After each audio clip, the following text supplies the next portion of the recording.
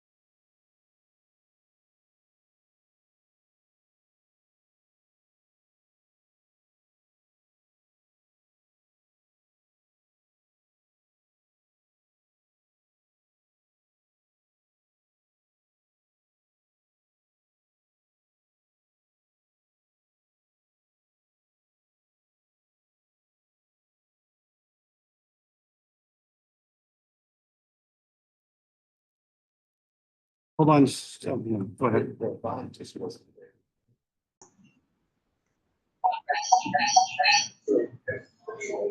right, you're live. All right, welcome everybody. We'll go ahead and call to order the regular board meeting of the Los Olivos Community Services District, June 11, 2025 at 6:02 p.m. We're going to get roll call. President Kennedy. Here. Vice President Palmer. Here. Director Fairhouse. Here. Director Parks. Here. Director Nelson. Here. Get everybody to stand and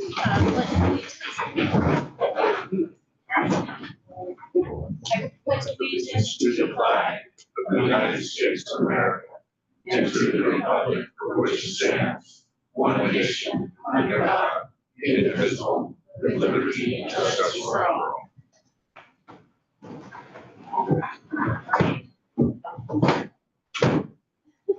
First of all, thank you everyone for coming out. Just want to make sure everybody's aware, because this is a board meeting, we're going to adhere to the Brown Act. That means that during public comment, you'll have 2 minutes, 3 minutes, thank you. Sorry, 3 minutes.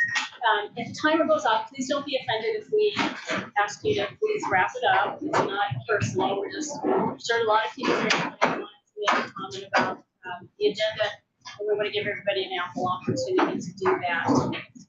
So first off, if there's anybody who would like to make a public comment about something not on the agenda, this is your opportunity. Any takers in the room? Online? There are no hands raised. Okay. All right, then we'll go ahead and move on to the next item on the agenda, which is public hearing consideration of the proposed fiscal year 2025 budget.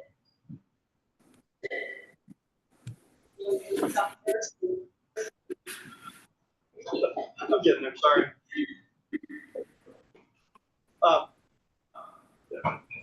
Is there a way you can put the agenda up on the screen so we can see the agenda? No, unfortunately, there's not. You can pull it up on your phone. Yeah. Well, Do you want to I have a couple website? copies up front here. You'd like one? Simple.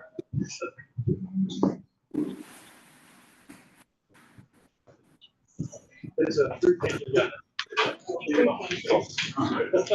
Don't take one page.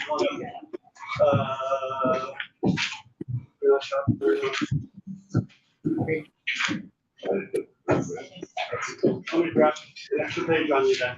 That was the last one I had. Okay. I'm sorry. Again, you can pull it up on the website.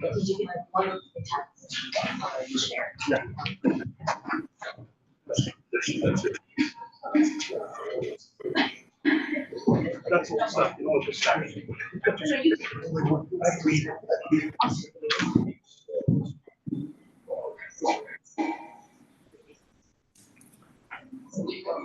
All right, 2025-26 fiscal year budget. Attached to the agenda tonight is the full budget for those taking the time to look through it.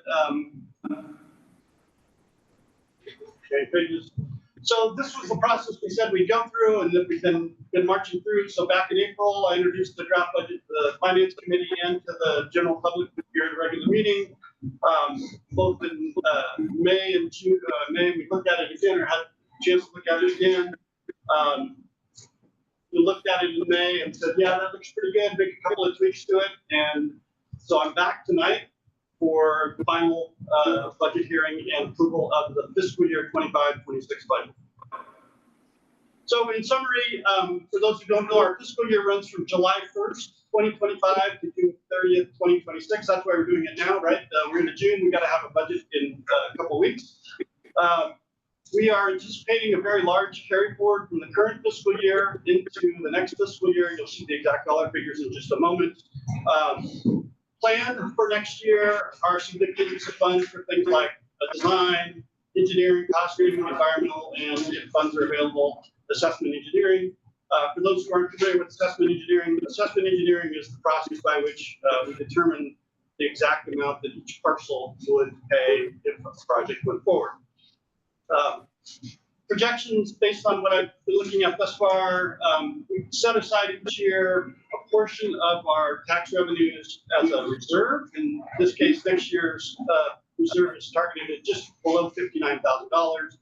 Based on the projections you're going to see in just a minute, and we're looking at maybe dipping into that a little bit, depending upon projects your board approves throughout the year. It's not a problem for us because we treat everything in one big bucket. It's not like we have to move from one ledger account to another. We can do that without any problem. But that is the current projection. And all of this work that we're working for is really targeting calendar year, most likely fiscal year 26-27. Prop 218 vote, and that's why it's merged the Hampshire budget. So really briefly, a comparison between the current fiscal year and the draft budget for next year. You can see revenues are slated to be up to just about $60,000. Expenses, you can see that's a big jump in the middle there, going from about $160 this year for professional services to over $400,000 next year.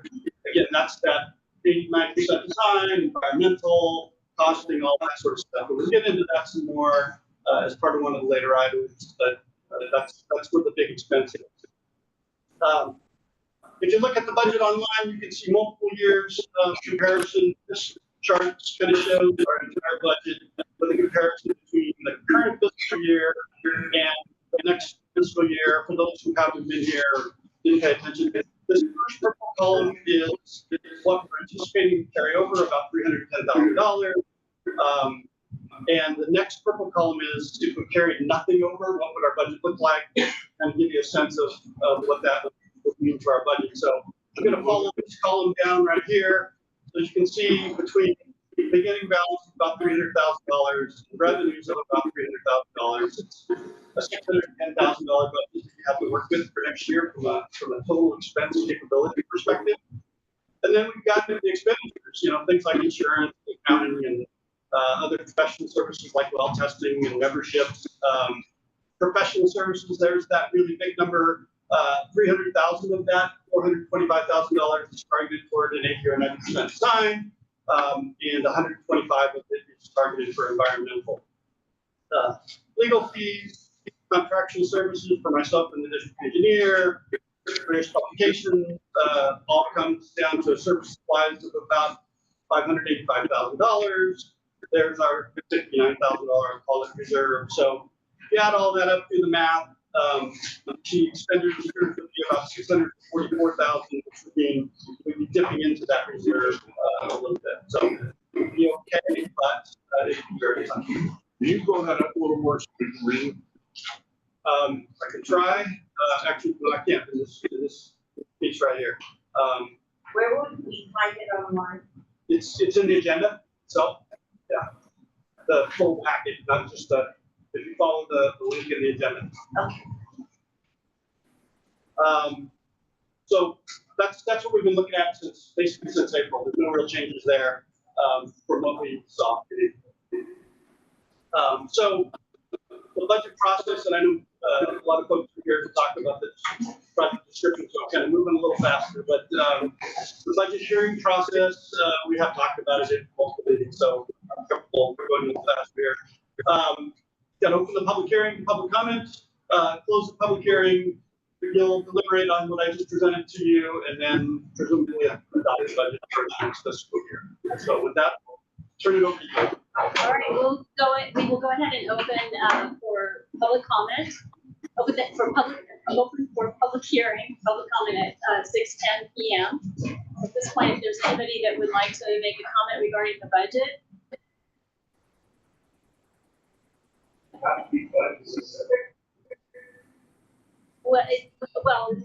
Yes, this item is regarding the budget for next year. So if you have a comment or regarding the budget, your opportunity, anybody, takers, how about online? Is there anyone? Wow. Okay. All right. Then we will go ahead and close the public hearing at 6:11. Bring it back to the board. Well, I'd like to ask something. I don't understand the wastewater thing. Is there anyone in this room that can give me encapsulation of what's happened in the last 5 years in terms of it? I'd be able to do that. But I wanted to move on. Yeah, because I just about that. So Yeah, I'm sorry. Hold on. We're on the item that we're on is on the budget. I want to make sure. The next item is yes, further down. Okay, hold tight. Okay, so we'll bring it back to the board for consideration on the budget or motion if everyone is. I just have one question before we move to a motion. Can you remind me what the assessment engineer estimate cost? $125,000 was the last one we saw. Okay, thank you.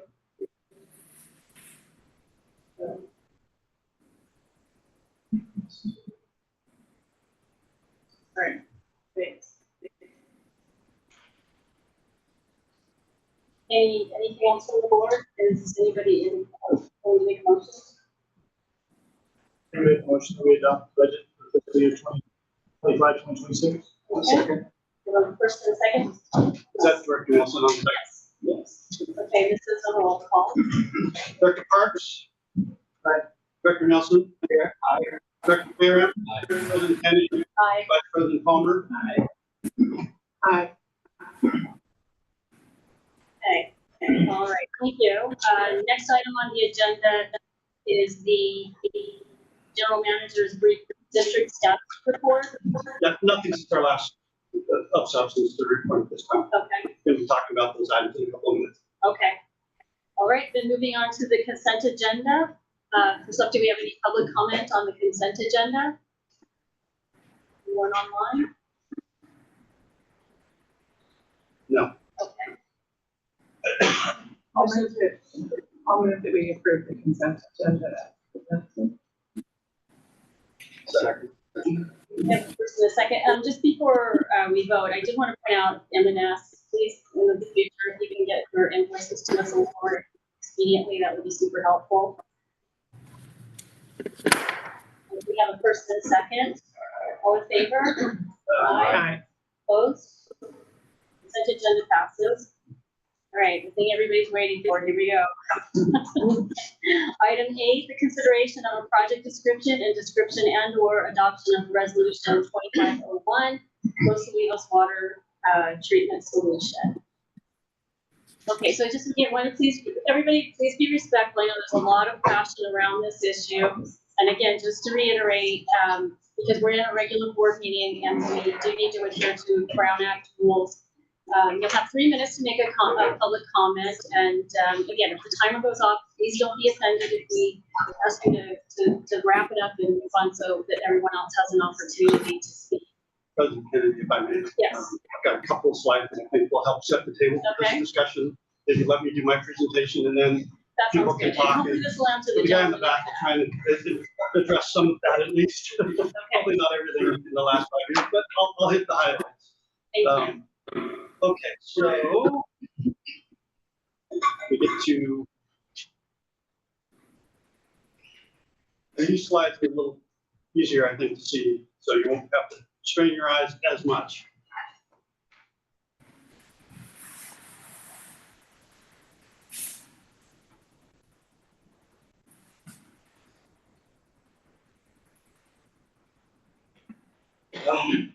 Okay, so this item is really kind of the culmination of 6 or 7 years of research into different topics, different approaches to collection, different approaches to treatment, and different approaches to disposal of wastewater. So I've said this at other meetings and such, but just as a reminder for everyone that's in the room, when you're talking about treating wastewater, you're always doing the same 3 things. You're collecting it, you're treating it, and you're disposing of what you've treated. So it doesn't matter if it's your septic tank, comes out of your house, goes into your septic tank, and then to a dry well or a leach line, to the biggest sewer plant you've ever seen that might have multiple cities it's collecting from, LA or somebody like that. Maybe 1 or more treatment plants that you're still treating, and then it goes somewhere for disposal. And the options for disposal are everything from, just putting it back into the ground, which is the approach that the local community has kind of said that they like. Big ponds, nobody in the community wanted to see a big pond, where it just kind of settles out and into the ground. You can eject it into the ground, you can put it in the stream, you can do all sorts of stuff.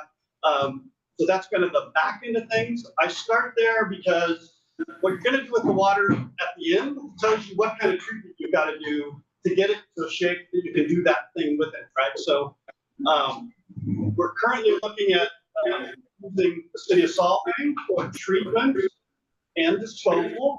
We've also looked at local treatment and disposal. If we do local treatment and disposal, again, we would use a subsurface disposal and something called an MBR, membrane bioreactor treatment plant.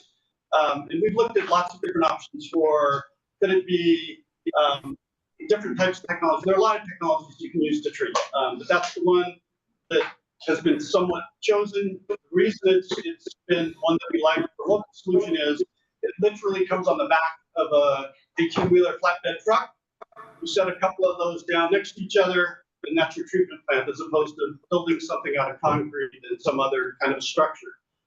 In the past, when we've talked about a local treatment approach, we talked about those things that came in under on an 18-wheel truck could go under some sort of a barn structure.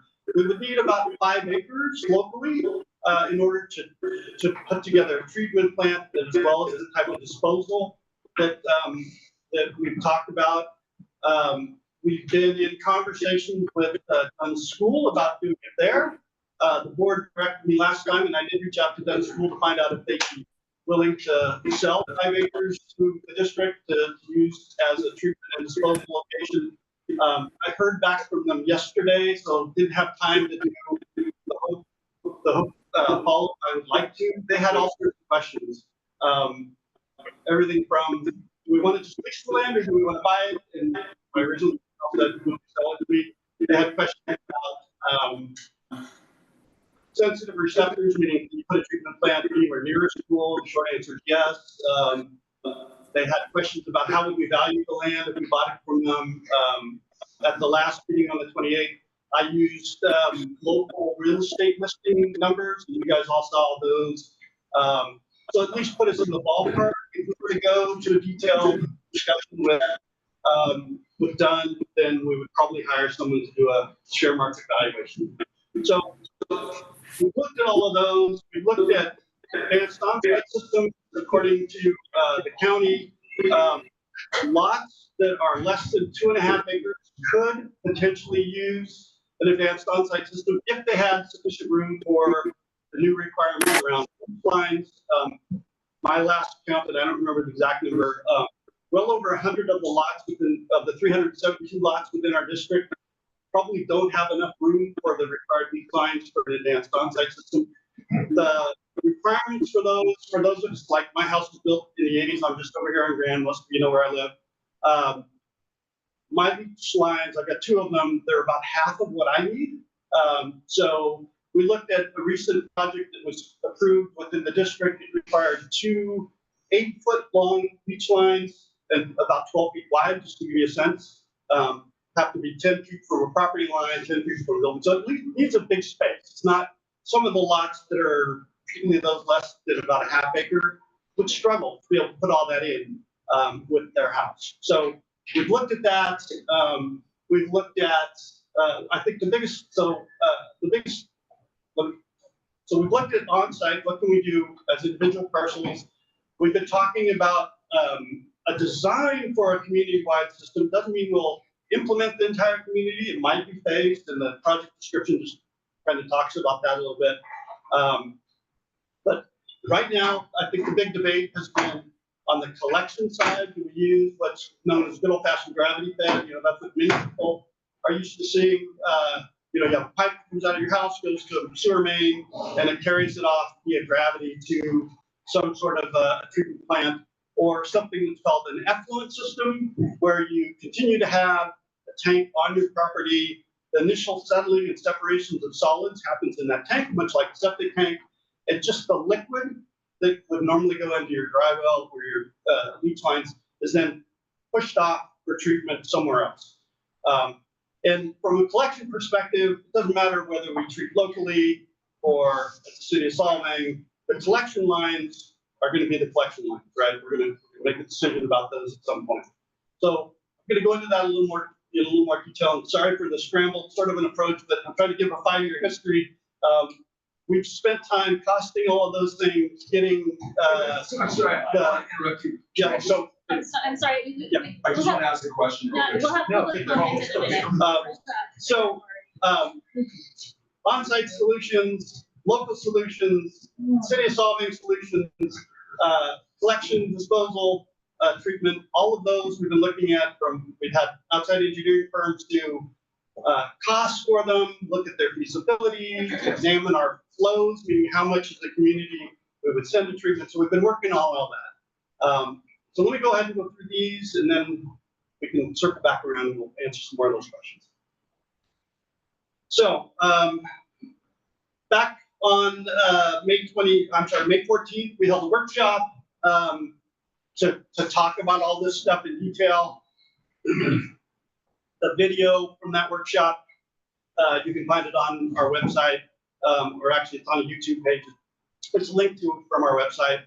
Out of that workshop, and as of this morning, because I got a couple of more votes, I'll call them, from a collection perspective, about 4-to-1 people preferred gravity over effluent. Mixed means part of the community in gravity and the other part in effluent. You'll see that some more in just a minute. From a treatment perspective, kind of similar numbers, about 4-to-1. City of Solvang preferred over a local treatment. The changes in these numbers, more have said gravity, and I think local went up by 2 more than City of Solvang.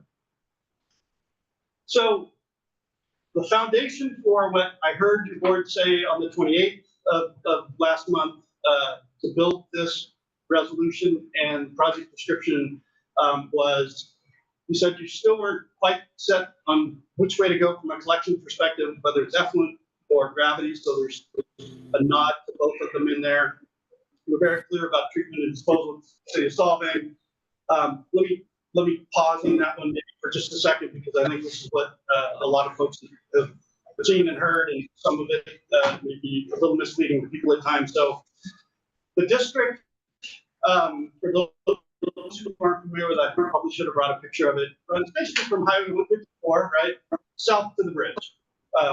From the school on the east side to basically Ballard Canyon Road, until you get to the hill, right? So Santa Barbara Avenue on that side, Dada, whatever you want to call it, right there. Houses on both sides of that street to the school, and again, all the way down to the bridge. What we've been talking about from connecting to the city of Solvang perspective is, so we've calculated how much flow we would have, meaning if we take all of the waste from all the homes and businesses, how much is that? How many gallons a day is that? Our maximum is projected at 225,000 gallons. So what we've been talking about is building a pipe that can take in a day 225,000 gallons. It would be pressurized just as it leaves the district here, and go south straight down the middle of the road to near Sunnyfield Park. Now, a couple of things about that pipe, and I think this is some things that are important to know.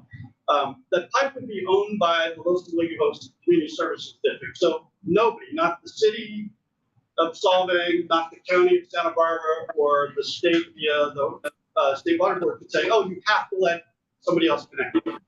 Yeah. Okay, so it would be owned by this district. Nobody else has the right to connect to it. And as long as this board is elected, I know this board certainly would say no. I'm not going to say a future board would take some other direction, but clearly I know that the sense of what's in the community here, nobody's looking to see growth down that corridor. So that's what it would be. It would be a pipe that's sized for our waste only, owned by the district down Alamo Pintado. Now, a few things about that. There has been a lot of conversation about the Santa Ynez Valley plan. We've had conversations about how to address the concerns of the Santa Ynez Valley plan, as far as putting a pipe down Alamo Pintado. Once we get to the city of Solvang has sufficient capacity to treat our 225,000 gallons today. A contract, we would have to sign a contract with the city of Solvang to treat that 225,000 gallons. And, you know, there could be all sorts of stipulations in that contract about, you know, oh, this contract is only for waste from the community of Los Olivos, not for anybody else's. It certainly would be sized based on our flows, not our flows plus somebody else's flows. Then the other thing is, you know, I fully appreciate, and I don't want to see big construction down Alamo Pintado either, but having a sewer line go down Alamo Pintado that's owned by one district that's not looking to grow, not looking to annex properties down Alamo Pintado, is certainly a barrier. I'll just call it. It's not a you know 1,000-foot high wall, but it's a serious barrier to us creating any situation where we would be encouraging growth along that corridor. Now, we also know that you don't need a sewer line to have construction along a corridor like that, right? Even if Los Olivos doesn't put a sewer line down Alamo Pintado, there's nothing that says that, like we've seen at Maddie's, or for instance, some of the restaurants were built on the other side of 154 out toward the dump. They've got an on-site treatment plant that handles their waste. So it really comes back to a question of zoning, and that's absolutely critical in this conversation. The district here is not responsible for zoning down Alamo Pintado. That's the county, right? So as it sits right now, the county has that set up as a buffer between various townships, and they would have to change that zoning in order for large development to happen. Most of it, not all of it, a good portion of it certainly is zoned ag for that very reason, to create those buffers between the townships. So even if the county did change the zoning to something that maybe everybody in the room would disagree with, they still couldn't connect to our line. They have no rights to connect to our line. In fact, as I posited on more than one occasion, depending upon how far down Olivos you were, you'd be better off putting in your own line and just connecting to the city of Solvang and striking your own deal with them. So I appreciate all the sentiments of concern around what a line down Olivos could mean. As somebody who's lived here for 30 years, I don't want to see major development along that corridor either. So I can say fairly comfortably that I don't think this pipeline is going to be the thing that opens up that corridor for major development. As has been pointed out, if let's say we didn't go to the city of Solvang and went to Dunn School, well, the same issues could occur down Roblox, right? Now you've just moved where you're focused from Olivos to, well, wouldn't that be a thing that could spur development on all that ag property where all the organic vegetables are growing along Roblox? So no matter where we go, to some extent, you're going to have that pressure about if you put a line down a road, people are going to say, well, that's going to encourage growth along that corridor. So the foundation for this document that you're going to talk about and we're going to hear from the public on is built on both types of collection, treatment and disposal at this city of Solvang that implies a line down Olivos. We have three primary uses, although there really could be argued a fourth one. Three primary uses for this document. First is it's going to be the basis for what we do from a design perspective. How do we get to an 8 or 9% design in something? It's also going to be the basis for performing environmental. We have to do environmental on whatever we build, and you'll see some more of that in just a minute. And then last in this list, but certainly not least, is grants. We know we're going to be going after grants to help pay for all this. So without some sort of project description, the people who would give you grants otherwise say, well, what's your project? And you say, well, I don't have it defined yet. So this helps us define that. All right, so some of the decisions I need to be clear about, particularly as it relates to the design step and the environmental step, is which effluent approach are we talking about? When we had Regen do the study, they offered 4 options. Based on prior conversations, we've narrowed it down to just 2. I'll show you the pictures of those in just a minute. And then I have this question for your board about approach to collection resolution, meaning how are we going to do collection? This kind of hedges our bet in both ways, and I'll show you what I mean by that from a timing and funding perspective in just a second. So let's start with effluent collection.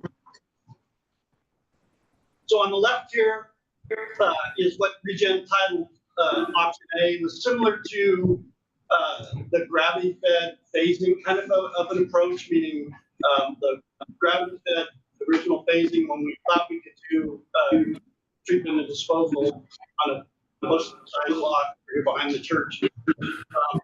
Focused on the downtown core for gravity-fed first, and then it kind of had other sections. So the Regen took that and created option A, which basically says the downtown core and those streets that contain or abut the smallest lots in the district. So that's why you see, for instance, just to the left here of the word gravity and sewer, this is Grand Avenue going down through the district, and this is what street is that? That's not all of that. Let's go in. Okay. Park, no, Park's down here. That's what it is. Anyhow, yeah. Suddenly, I'm like, so I think it might be Luca. It's Park. Park's right here, I think. San Inez Street. You're right, that is Park. That's Park. Thank you, whoever's saying that. Keep yelling at me. That is Park. So this is Park Street. So basically, gravity fed down to Park Street, and you can see the blue area. Option A for with Regen put together. The rest of the district would be on those effluent sewers, meaning a tank on each property, power, filters, all that good stuff. Option B was effluent everywhere. Now, why does this make a difference? So, one of the key things I think that people have been focused on is as we collect, it means different things on the treatment end, right? So for instance, if you have, I'll just call that a third of the district with a gravity fed sewer, and 2/3 of it in effluent, you mix those two things together and it's not as concentrated, right? You have liquid coming from a large number of homes and liquids and solids coming from another large set of homes and businesses. You mix all that together, it results in something that has to be treated. Particularly when we get into the conversation about connecting to the city of Salt Lake, a system that is effluent only with a large number, what was option C, a large number of other approaches, could mean less work that has to be done within the city of Salt Lake to be able to accept our waste as well as to treat it, and it could mean some cost savings. So I do need something from you, I'm not read this time, but I need some clarity from the board around that versus all effluent. And then I'm going to go through this. This is why I'm saying I've talked to a number of contractors about what some of this stuff costs. I've gotten some preliminary cost estimates. And we're trying to get to a vote sometime next year. And as you'll see in a minute here, which approach we take matters. When we left the meeting on the 28th, what I was hearing from your board was, we'd like to go out and do a cost comparison between effluent and gravity, and then move forward with the design on one of those. I'll show you what that looks like in just a second. What I heard from the vendors and the contractors who would do this work, my time to write an RFP, get it on the street, get response from people, help work with one of the subcommittees to pick somebody, that takes about 2 months just to go through that process, right? You got to find a vendor, all that sort of stuff. In our case, because we're a governmental agency, we have to get at least 3 quotes, right, or bids from people. So that's why it can't go faster. I did just call up my favorite contractor and say, hey, you get a bid on this bid, let's go. It takes some time to go through that process. If we do the cost comparison I was describing just a minute ago as a simple project, meaning we hire a third party to come in, look at the Stantec gravity fed design, look at the regen, look at them, make sure they understand all the pieces, and give us a consistent cost across those two. It's about a 6-month project in total, and it'll cost about $50,000. If we took just one solution, meaning one collection solution, gravity fed or effluent, to 80 to 90% design, that process is about a 10-month process and is estimated at about $300,000. We currently have, for those who haven't been with us the whole time, we currently have 30 to 40% designs on both of those solutions. So one solution was 10 months. If we took both of those forward, it'd take a couple more months because an engineering firm would have to do the 80 to 90% design on both of those solutions. It's not double the work because looking at things like topology and homes and what house sits higher and lower and all that sort of stuff, they only have to do that once. But it does take a couple more months, and they're saying about another $75,000 to do that. Environmental, if we go down now, that's what the AP is, and pushed off, I wrote it out, is about 6 months and $75,000. The reason that is cheaper is because it's going down an existing roadway to an existing plant. Whereas if we do environmental for a local treatment plant and disposal, now you're disturbing 5 acres plus of land you've never disturbed before. So it's a longer process and more costly. So kind of did this in an effort to try and help you visualize what's going on a little bit with this stuff.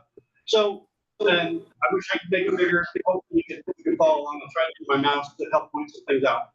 So this first block here is 2025. This is 2026 as we go into the dark gray area, right?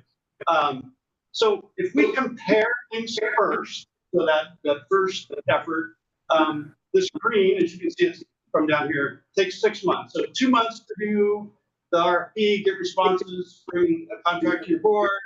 6 months to do that. While they're working on it, I could do the RFP for a single solution. 10 months to do that. You're out in November of next year, and that basically says you're not going to do a project. Okay. The cost for that in total is about $425,000 for those efforts. If we took 2 solutions, you can see, same couple of months for the RFP process, and then 12 months for some engineering firm to do all the work, environmental going on at the same time. So you could possibly still make 2026. I think it's quite tight to get to a 218 vote next year. And then if you had, if we were just down to one solution, that's the cheapest, obviously, because you're eliminating all these other steps, and there's no real issue in getting to a Prop 218 next year. I'll note that we did set aside $425,000 in the budget to make all this happen. So the second one is a little bit over budget. These other two are either right at budget or under budget. And so, again, we talked through this. The board did let me know, and I'm not sure if you want to take public comment because I think this is my last slide.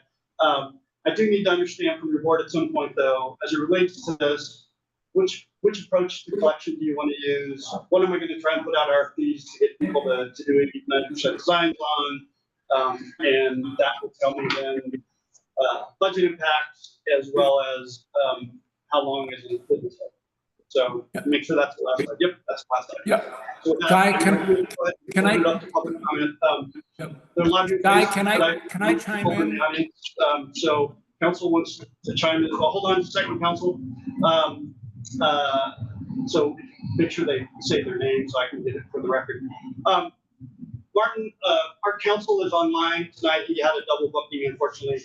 I've been having some sound trouble with some feedback. Julie, that microphone right there has a volume on it. Can you turn it all the way down? I think I know how to resolve this. I'm going to try. How's this? I may have to paraphrase what people are saying. Just can you hear me? I think this will work. Okay, hold on. Martin, go ahead. Hi. Hold on. Use this.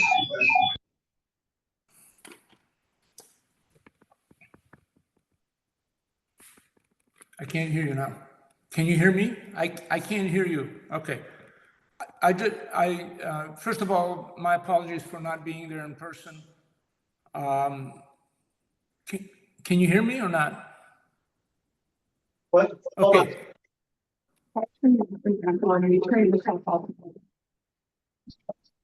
Right.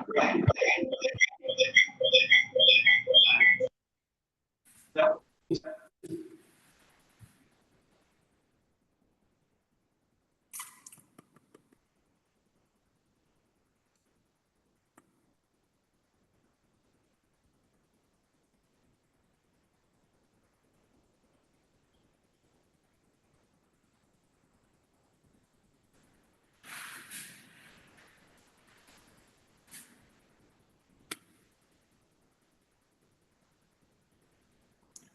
I can't hear you.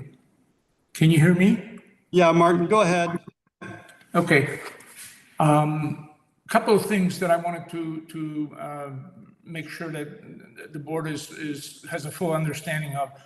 As the general manager said, the transmission pipe to Solvang is going, if that, when installed, is going to belong to the district, and there is no legal obligation of any sort for the district to be forced or to allow anyone to connect to that. And that pipe will be sized for the district's needs, and neither the state, the county, nor any other entity can force the district or mandate that any other connections are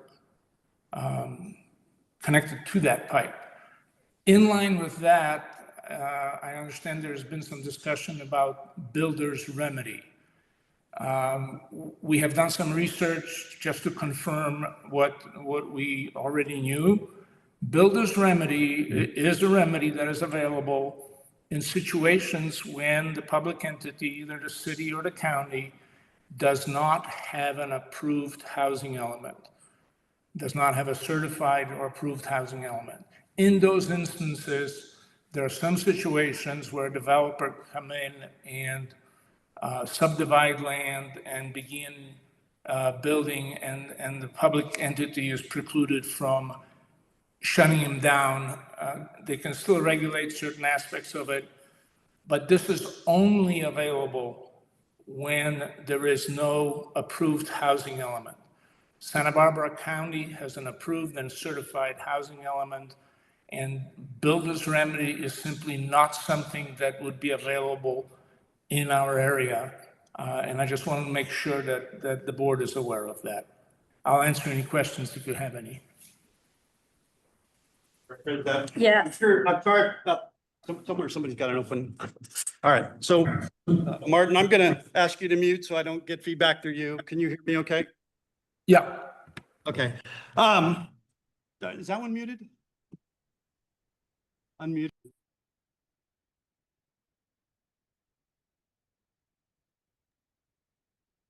Martin, can you hear us okay?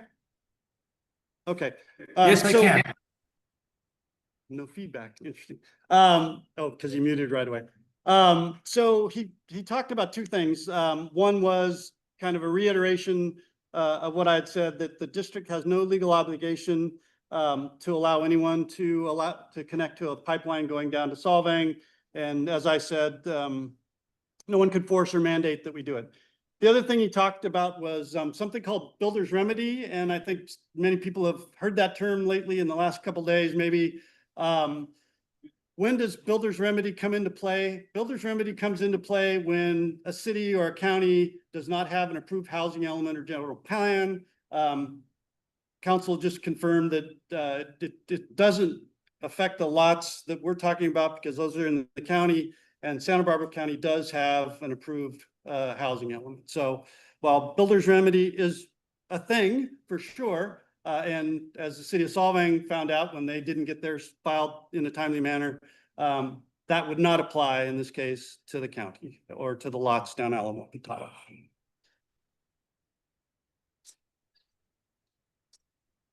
Chair,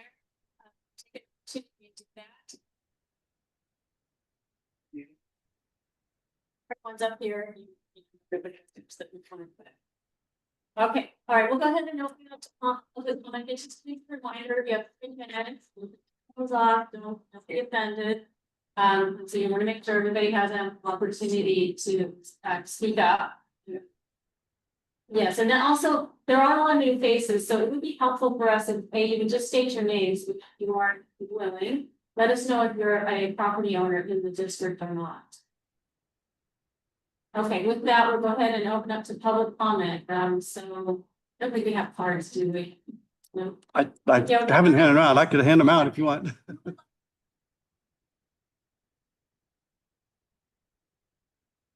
Nobody else. Go, Dennis. Where do I step up? It's right there. Dennis Beebe, and my address is Salt Lake. Yes, our city failed to get a certified housing element on time, and we were subject to one builder's remedy project. But I would like to point out that the county failed to get their housing element certified also. So it wasn't just Solvang, in fact, it was tens and tens of jurisdictions throughout the state. We're good for about 7 years. But 7 years from now, another housing element required from the county and from all the other jurisdictions. So I'm just saying, right, for 7 years, there would be no builder's remedy project allowed on county land. However, don't know what's gonna happen in 7 years.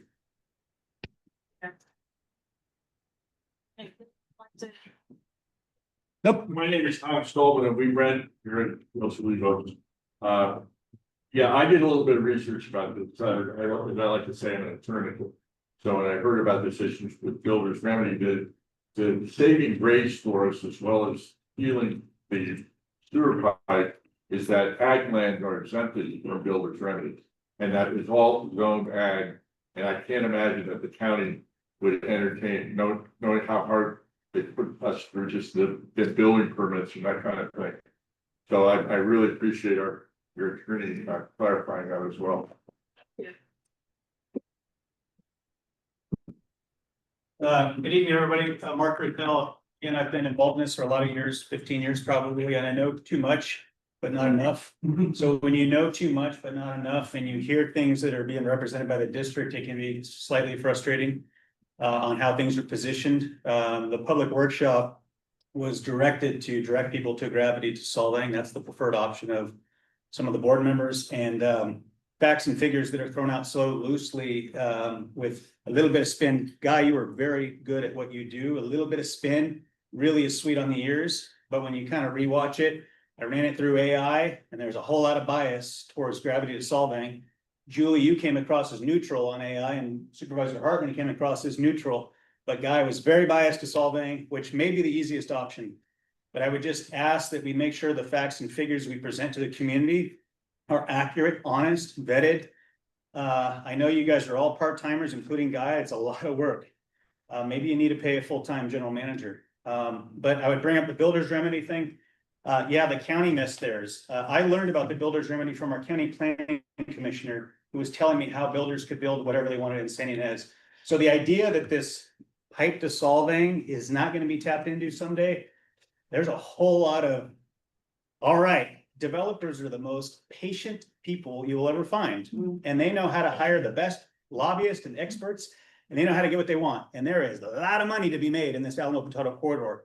If it was the cheapest option by far, whew, there you go. But I think there's a lot of work to be done on a local option. Looked at all the costs. Those are some big numbers on land acquisition, big numbers all over the place. Big engineering firm numbers, like millions of dollars to pay an engineering firm. So Polo has retained Regen. We're going to continue looking at the local option to hopefully get you guys something that's more cost effective, so that we don't bankrupt a lot of the second homeowners, the new people that just moved here from Malibu or Santa Monica. They're fine, but the people that have been here for a long time, I'm very concerned a lot of them are not going to be able to sustain it. So we want to be constructive. We've been destructive in the past. We've fought the federal government. We've fought the county. I want to be very constructive and supporting you guys with studies and work that maybe we can do more nimbly than a public entity can do. But please just make sure people have accurate information and not spend. I'm not going to send the AI thing out to everybody but just accurate information, and don't rush us into a decision, that workshop, and then this decision. It's like, let people ask questions and don't discount the pipeline dissolving. There was a reason the community plan took a decade to put together and thousands of hours of people's input. It's not just something to dismiss. It's the guiding principle for this whole valley, distinct, unique townships. Thank you. Thanks so much. My name is Buster Benson. I've lived here a long time. My dad waded in these waters a while ago. So my only comment would be, I don't know very much about what's been happening in town. I mean, for me, I don't really understand what a wastewater problem is. I understand people need a place to pee. There's a lot more people in town, but I've been drinking this water my whole life. I don't really see any problem with it. I think it's been fine. I think it's probably someone in 1974 put that in place as a special problems area to make sure there wasn't growth in the area. And I'd like to see that continue to not happen. So I know what you guys do is difficult. I know people have their opinions. They can come in really uninformed like me and not know what's going on. But better late than never. And I'll be sure and ask questions. I appreciate you bringing you have there, but it just seemed, my question about why we even need this is sort of the crux of what I'm asking, I guess. Like, I appreciate that you're farther down the road on that, but I look forward to talking to Mark and some other people in the community to find out more about what's just been going on, because I'm a little late to the party. Thanks so much. My name is Jim Polano, and I'm a homeowner, lots of boats. Both sides. And Brad Ross was my name. So I'm aware of what's been going on. I've been attending some meetings. But I see the rubber is meeting the road. A lot of people here because of what they have heard. Appreciate the input we're getting for it. But the money's being spent, a lot of it. I see money for next year going up hundreds of thousands of dollars for engineering. But that chart that was put up by you described the plan and resolution. I was expecting the next page to describe the problem or the solution of the problem as the resolution. So as everybody here understand that if we have a ground contamination problem, that's what we're trying to solve, or are we solving a problem because nobody really wants to be on septics anymore? What is the mission statement from 6 years ago that we were planning on abiding by? With the loss, for the least thought effective solution to a problem. And I would like for someone to describe, yes, that problem remains the same, or after engineering analysis of ground contamination, we found such and such, and everybody's gonna get cancer, don't spend $25,000, $50,000 per household. To hook up from our house to the street. And that's a big concern. You'll find a lot more people here as these wheels turn on that rubber on the road, because more money is gonna be discussed. There's obviously the taxes implication. That's probably just gonna go up, as well as the cost of the individual person. So I guess I'm asking you, do we have a problem that we need to solve, and what is that? Those big flaring.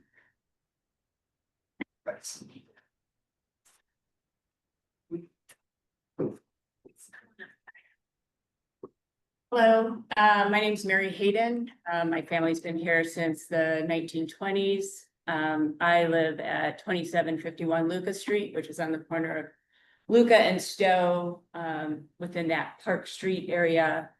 My parcel is 150 feet by 50 feet. 10 of that feet, of the 100 feet is on the neighbor's property. I don't know why.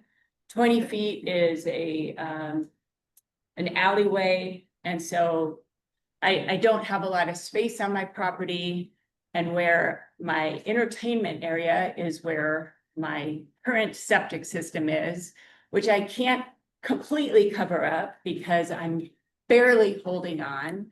And each time I have to call someone out, I'm very, very scared that they're going to condemn it, which they've kind of warned that in the next few days, or excuse me, next few years, it's going to be condemned. I'm really tired of being hostage to a septic system. I personally, sorry, everybody, I want a sewer. I'm done with living with a shithole in my entertainment area, which is very, very small. I was excited about the idea of going to Solvang because I know nobody wants a treatment plant next door to them, right? The Roars don't want it. Totally understand they don't want it. So it's okay to bring it up to Dunn School. Okay, do they want it? I don't know. I doubt their neighbors are gonna want it. So I guess that means we should have it local. And I'm sorry, Herthel's, but the best place would be Montanera's project or property there, because it's right in the middle of everything and we own it. We don't own the property, but at least we own the smell. I've been going to these meetings since day one. I'm tired. Every year that goes by, the cost just goes up more and more. I forget which, something we talked about last time was 20% more because we didn't do it last time we did it. We're still looking into doing it. I'm just tired. We just need a system. And I don't want one of those like orange things on my property anymore. Thank you. Yeah. If you want to pump it all that much. Any else in the room? Get it out here. Hi, my name's Keith Summerlin. Oh, forget about Back there, that's okay. this. Is this good? Yeah. Hi, my name is Keith Sarlos. I want to, number one, I want to thank all of you for what you do. Your volunteers, and this is a terrible job. And the very difficult part about this is. Sorry, Keith, that was a prior one. Sorry. I didn't stop. You could get through. This is a very difficult issue for all of us. 350 parcels within our town, and we have to figure out where to go. I keep going back to our original problem. We have one dry well that is out of compliance. It's one. It's over on the old, but near an old dry well system. If we look at the water that we're actually putting in the ground that we're testing, it's all within drinking water compliance within 20 feet but nobody's even drinking that water. All that water we're getting into the town, thousands of feet away. My real concern is the pipeline going to solve that. Bottom line. The concern that I have is everything that I'm hearing today says no one's gonna be able to touch it, no one's gonna be able to touch it. We have a charm, we have something special. I think the fact that Los Olivos is not on the sewer is a feature and not a flaw. And the reason why it's a feature is because it has restrained us from becoming every other person. I made a video for my son to tell him why I was talking about this. I posted it online. A lot of people have seen it. And the truth of that is that has opened the conversation much wider. I've had hundreds, if not thousands of people, it's been overwhelming, talking about their town and what happened in their area. And when this happened. And it's been like horror story after horror story after horror story. Our family creed is very simple. We live to honor those that have come before us, and we prepare the way for those yet to come. And preparing the way for those yet to come is closing a system that we control, in my opinion. Because then we can guide where we go. We can constrain growth. The Valley Plan, which we talked about 2 weeks ago, says that we don't want it to go through rural lands. And we said, oh, that's part of what was set in stone. And a couple 2 meetings ago, you said, don't worry about that, we can fix that. Like that. That means anything can happen like that. When the city, we're not in a city, we're in the county. What we need is a county to fight and protect us. When the state mandates things down to us, we lose total control. This builder's remedy thing, the minute we fall out of compliance, bam, it happens. We could change zoning. Yulton is looking at increasing their boundaries. That's going to change again. This is in flux. This isn't going to happen tomorrow, but 20 years from now, 30 years from now, 50 years from now, our town looks relatively unchanged, and that's for a reason. And I think that's something that we need to protect, but we're just going to look like every other person or every other town in this world. And to me, I think that's something that is incredibly, so I'll part with this. What I'm asking you to do is explore every option all the way to the ground. Because easy is hard, and hard is usually easy. So when we look at what we can do in exploring the options, she's tired. Everybody's tired. Thank you.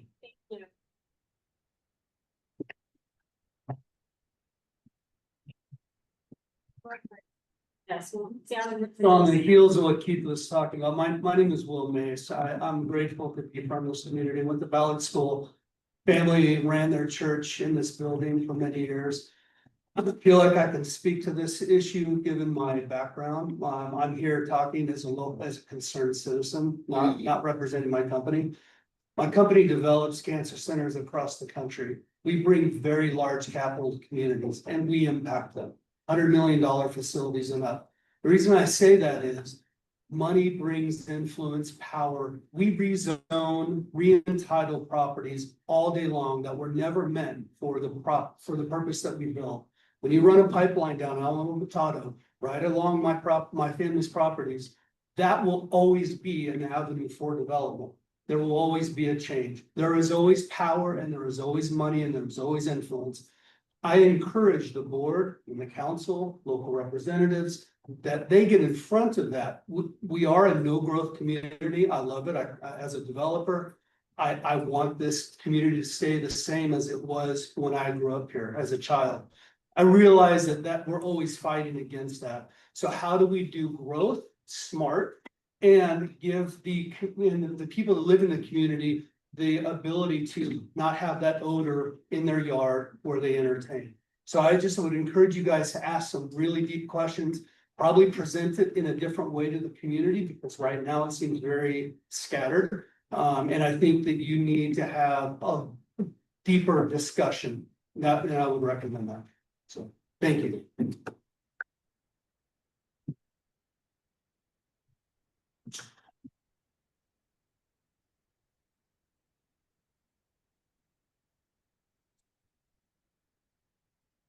church now for 30 years.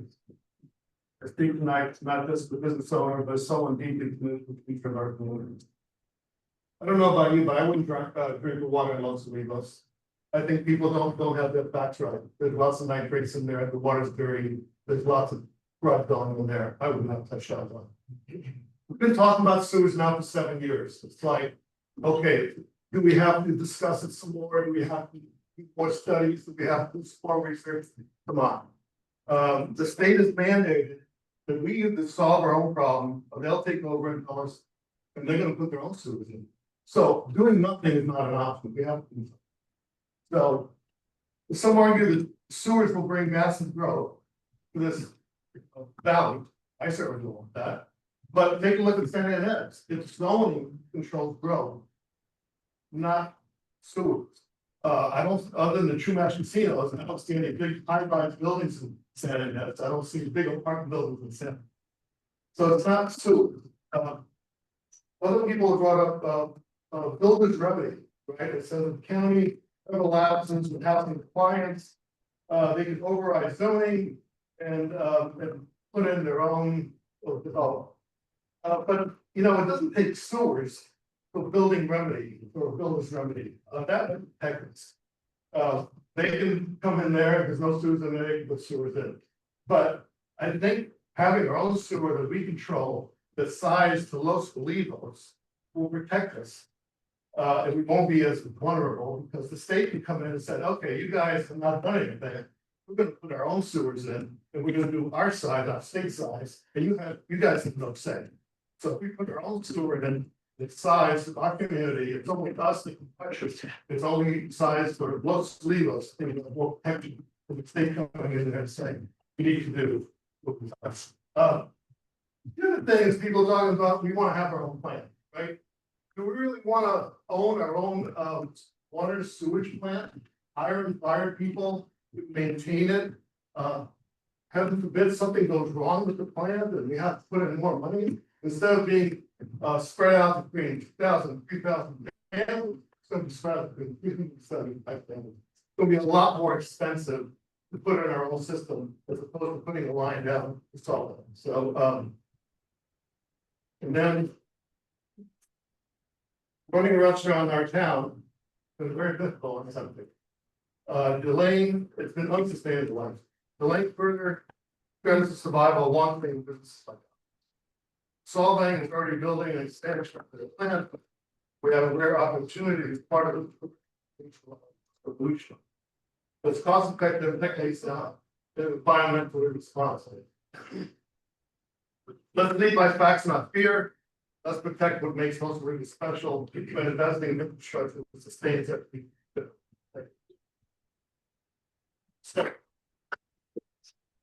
Would anyone else in the room comment? I would just like to make one comment. My name is Kara Jones.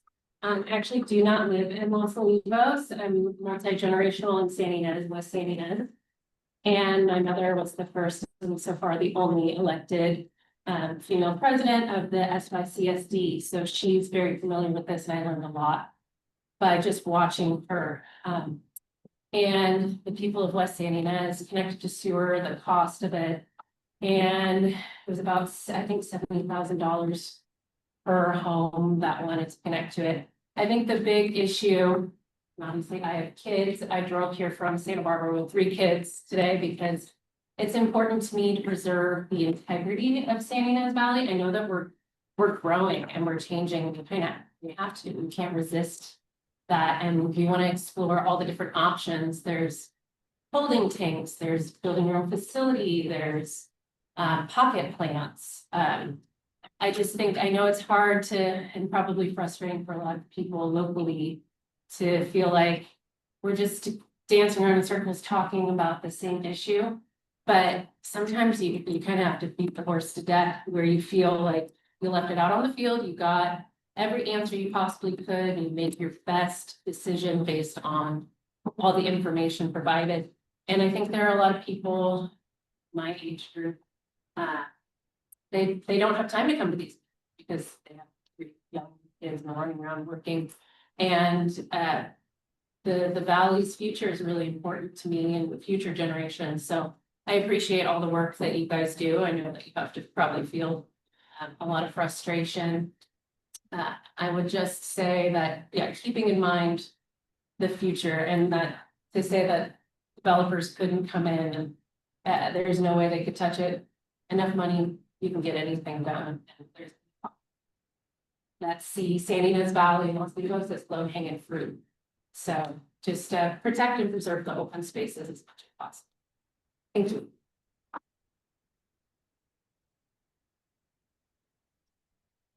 we have any?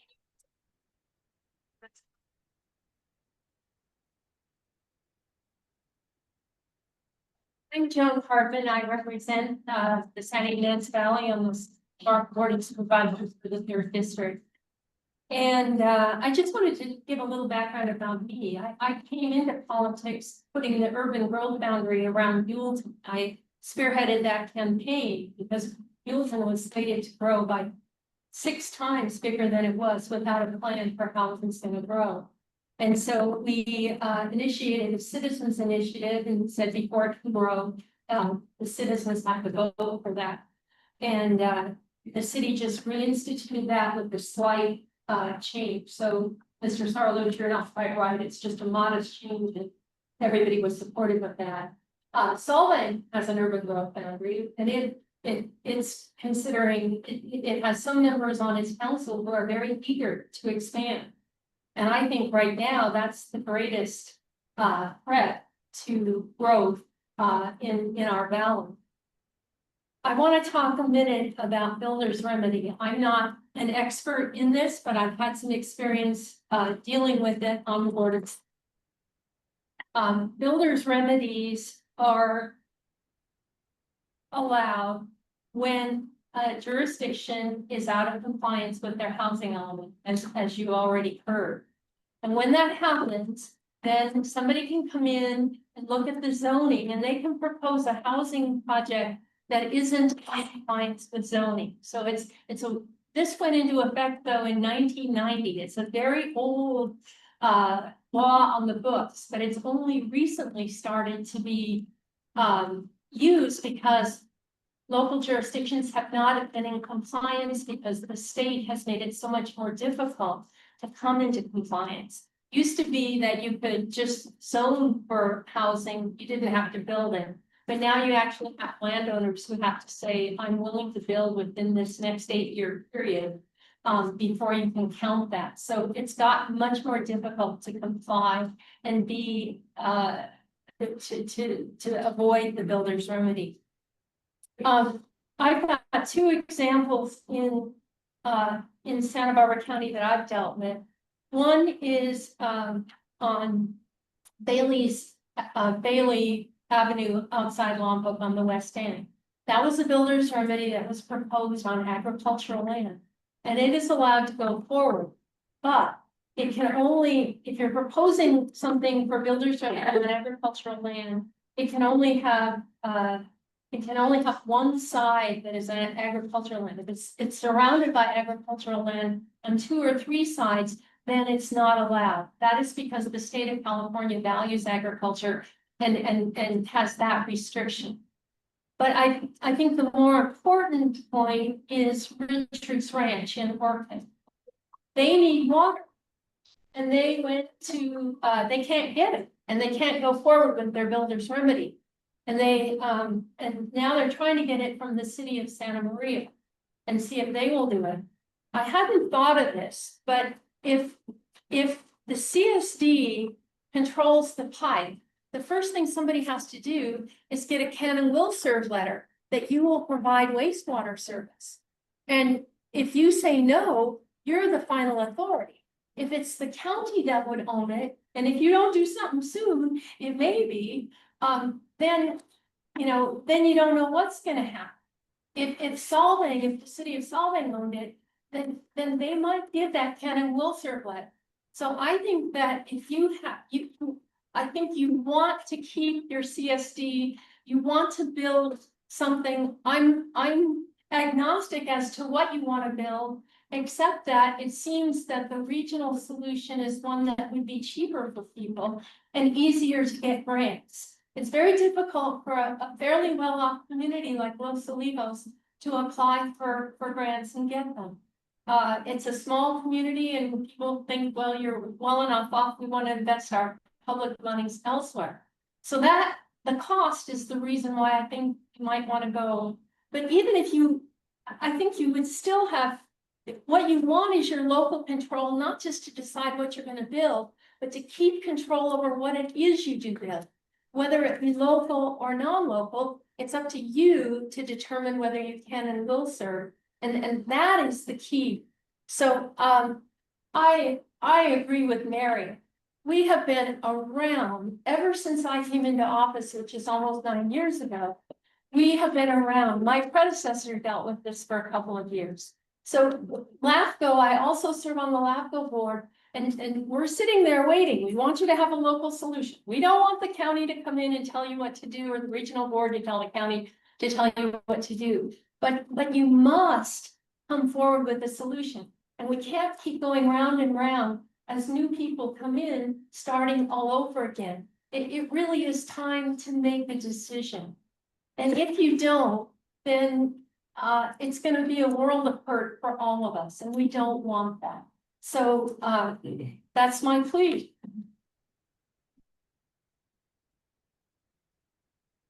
Do we have any more public comment in the room? Yes, just, my name is Larry Dominic, I'm afraid. We've actually been living part-time up here about 13 years, 14 years. We've been a full-time resident almost 40. We actually live in Happy Canyon. And we actually lived next to the police for a short period of time. There's just 2 points I want to make. First one is, don't be fooled, state of the county, I think, federally folks. When we live in Happy Canyon, we have private wells, states started to mandate things. We're talking about adding a fee just for us to pump our own water out of the water, out of the ground. Having the ability to control your destiny, control the stuff you guys put in place, it's got to be protected. Because the reason we came up here years ago was the charm. You have something so special up here. Now we're part of what's so special. It's something you can't get anywhere else. We've lived in multiple states, we've lived in the county, we've seen development come in and destroy charm. And it's something that's so special up here. Where we live, half the people of the 90-some acres around the states are part-time. They're not even here all the time. But in context of that, we have to find a way to push through. The state of California is so big, so massive. I don't believe they care about people. We talk about preserving ag, that's fine. But I don't believe the state of California has our best interest at heart. So we have to find a way to protect it. So what happens when that sewer pipe, the state says, oh, it's not. Excuse me. I'm sorry, sorry. Okay, see that? You see that? I'll relinquish. Yeah.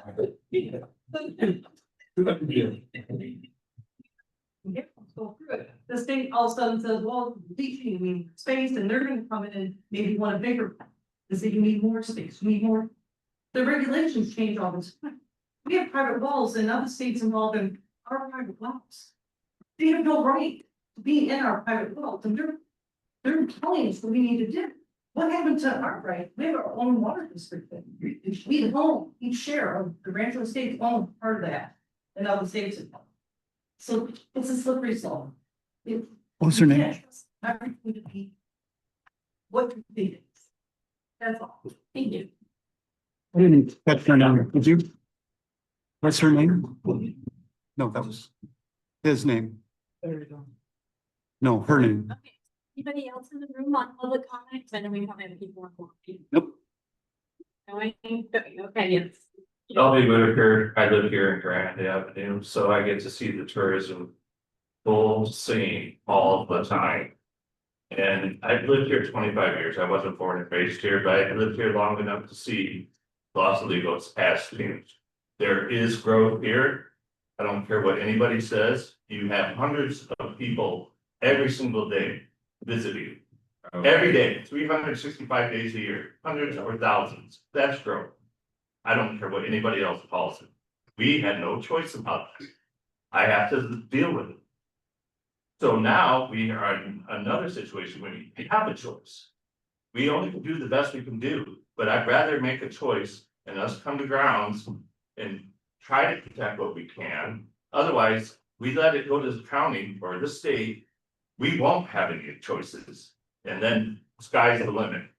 So we're stuck in a situation, we only can make the best out of it and set as many boundaries as humanly possible. And yeah, fingers crossed. That's all we can do. Gentleman in the back. Hi, I'm David Beza. I watched Keith's video 1 year. Thanks, Keith. I moved here from LA. 20 to get out of LA. I've seen just sprawl happen to the point that you just can't continue to live in the environment. Saw it happen in Carlsbad and near San Diego, which is where my wife's parents were living. It's just rolling hills. And to this day, all you see now are rolling hills. I just want the wine country not to become the wine city. We live here, I had my daughters here because of the beautiful charm it is a saying about. I do not admire the jobs. They understand how hard it is, appreciate your efforts. No decision though is the worst decision possible. And you're faced with a decision that's going, people aren't gonna like it, some aren't gonna like, but a decision better than no decision before. Control principle thing. Builder's remedy is very real. He's driving home great flames. It's a very dangerous. So I look down on that road from my house and see the development made over 300 units on that one parcel near Leonardo's. It would be disastrous. So while I don't have the answer, the decision better than no decision. Appreciate the efforts you're doing. Let's take it. Anyone else in the room? Sure we have. What? Happily, given the microphones, no.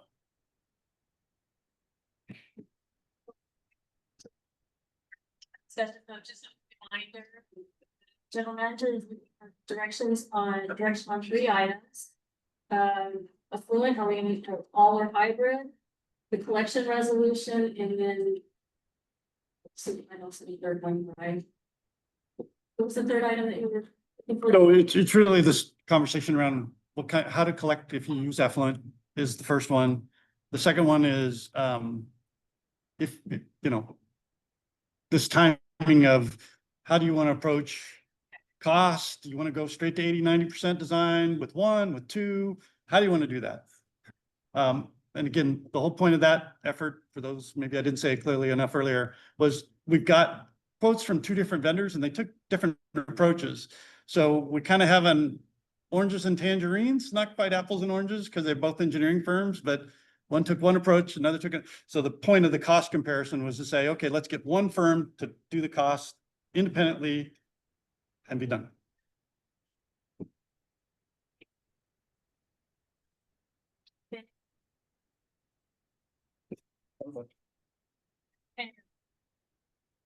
Well, I think there's a couple of, well, there's a lot of competing issues going on here. And I think we all agree about the character issues and that we don't want them to change.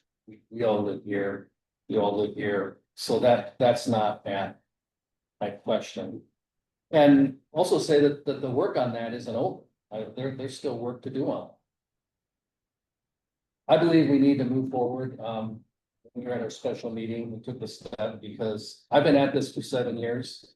I retired from the county and thought maybe I wouldn't do this anymore, but it was too important to me to not go forward and help find a solution that we can do, that tries to address all of the issues. I don't know if anything's perfect, but I do believe we have to move forward with something. And I do believe it's in our interest that we exist, because if we keep going around and around, we probably won't exist. And then you don't get to vote for us and hold us accountable to the growth issue. we keep hearing about the question about, do we even need this? Does the water test, do we really need this?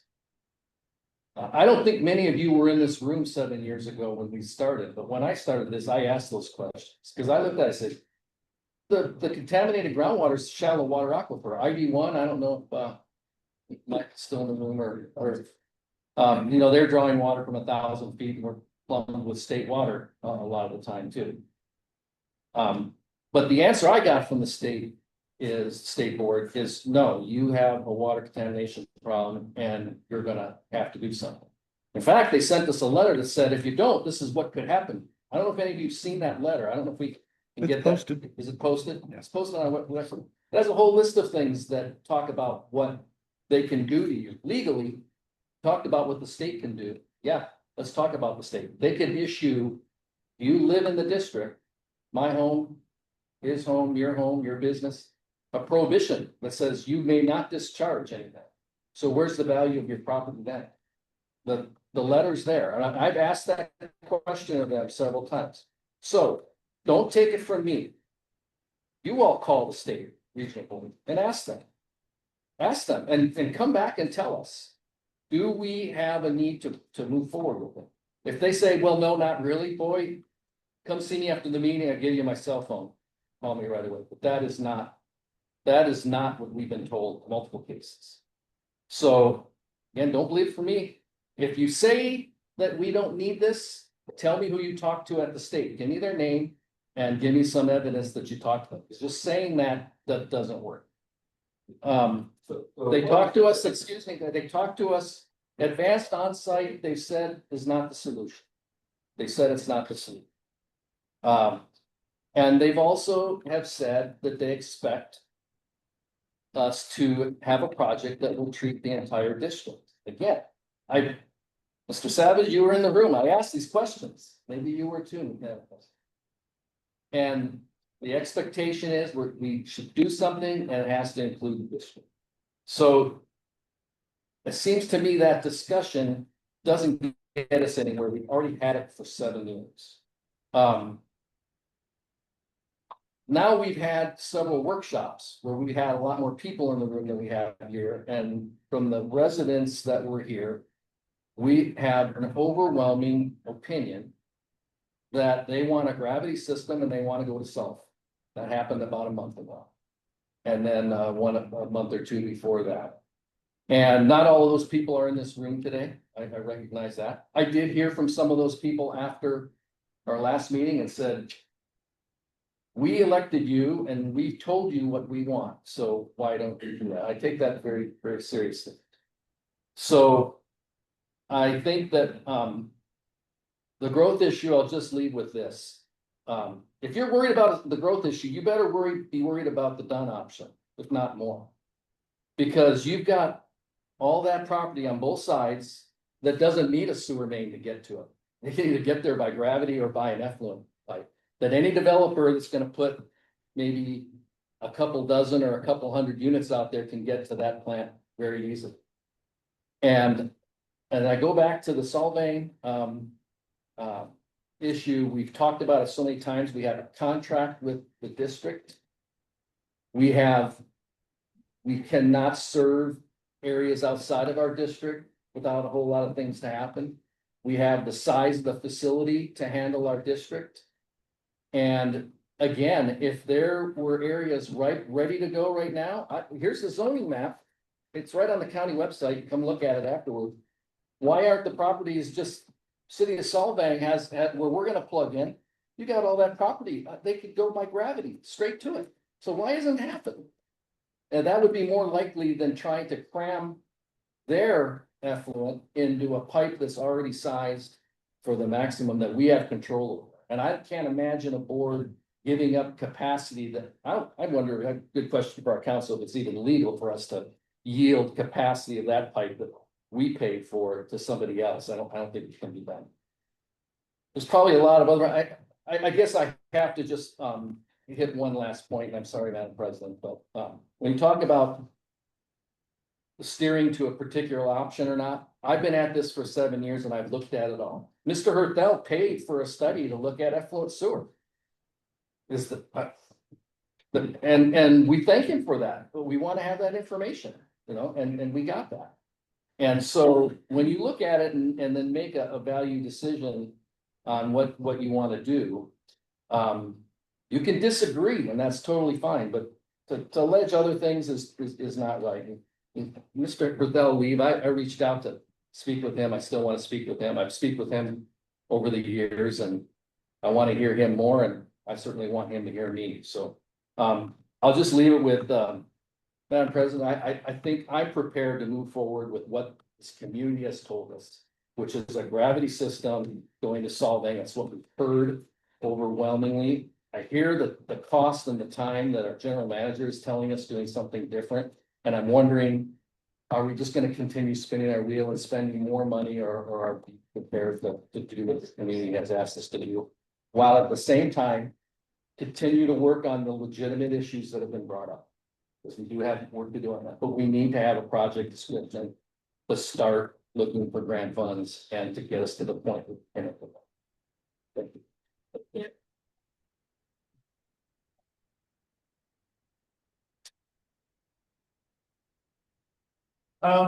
Yeah, I mean, I think that what Tom said is valid.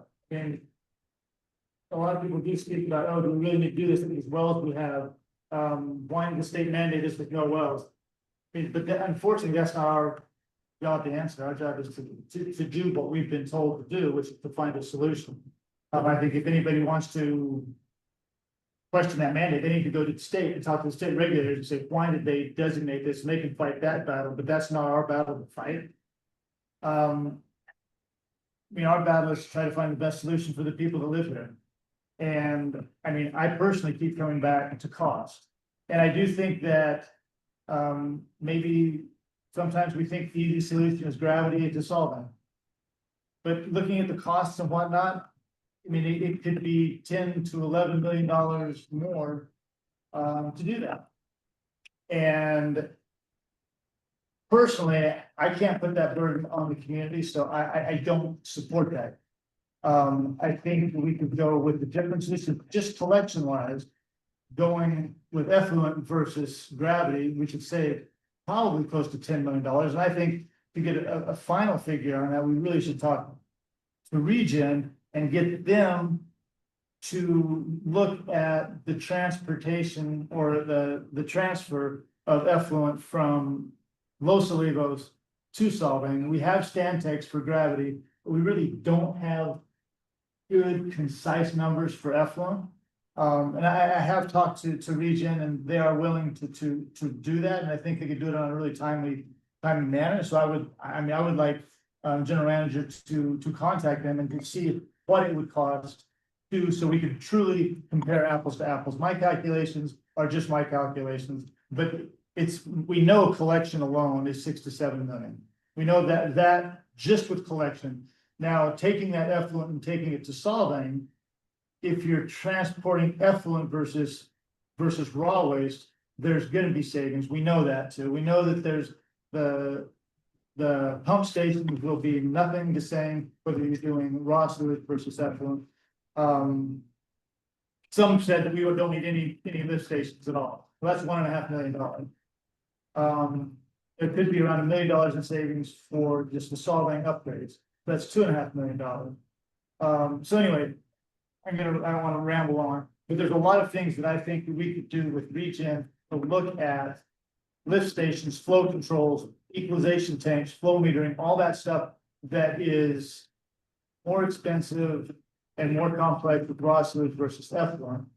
I know some of us don't want to have a tank in our backyards, but for me, if it's going to be an extra $20,000, $22,000, $23,000 to have a tank in my backyard, I'm willing to do that. And I think a lot of people here, probably in the community, would be willing to do that as well. So yeah, and as far as local solutions, I mean, it's attractive. It bothers me that the buy-in fee of Solvang that they gave us doesn't include whatever our percentage would be of the $18 million upgrade. So 10%, that's 1.8 million. So it's we know the numbers are bigger than the numbers we're looking at. I personally would like to talk to the Los Olivos school and see if they would be interested in a long-term lease there. I know this is kicking it down the road and we need to have a solution. I think we should, I would like to go forward with doing 80% on an effluent collection system. Because wherever we go with that effluent, it's gonna be easier than going with gravity. Yeah, I think that's about it. Like I said, for me, it's a lot of it boils down to cost, and I think we've mandated, find a nice cost-effective solution.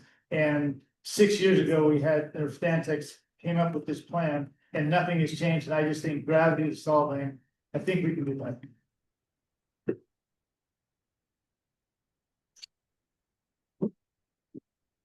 So. We formed 7 years ago. All the reasons we cut this district was to have local control over that we had with. And both Director Bayram, Supervisor Hartman. Reminded me and reminded us that short of this district and this board taking action. In the next 18 months. We've got to have vote by the end of next year.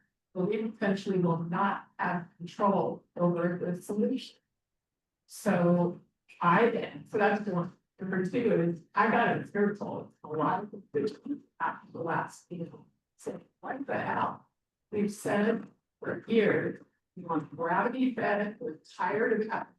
It's apparatus equipment on property that we have to manage. I don't want to do it in.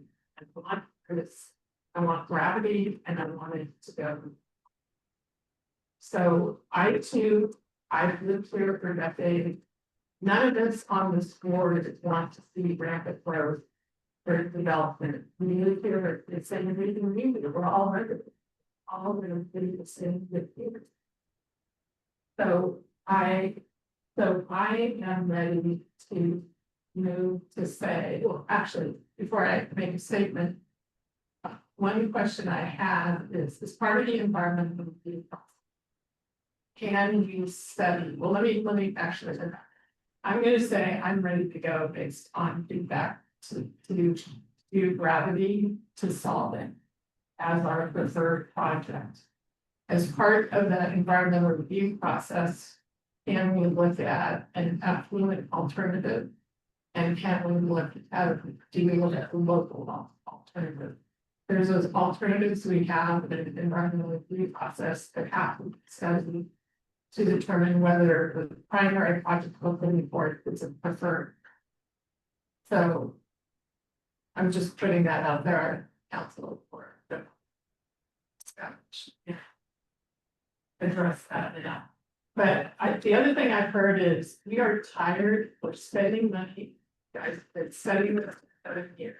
Get off the dime, make a decision, let's continue to talk to develop the project, get it to the vote. So we don't do more, my first hope is if we don't do that as a board, it should seem me like we're gonna be eroding the confidence in the community and our ability. And keep that open control, but we don't start to this path. We acquire and maintain. And when we set out.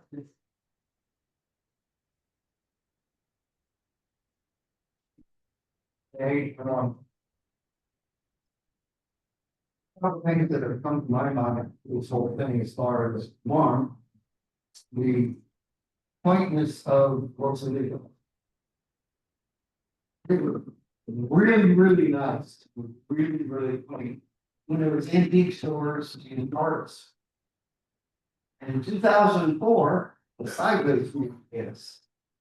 And now we're the wine country. We weren't the wine country before that.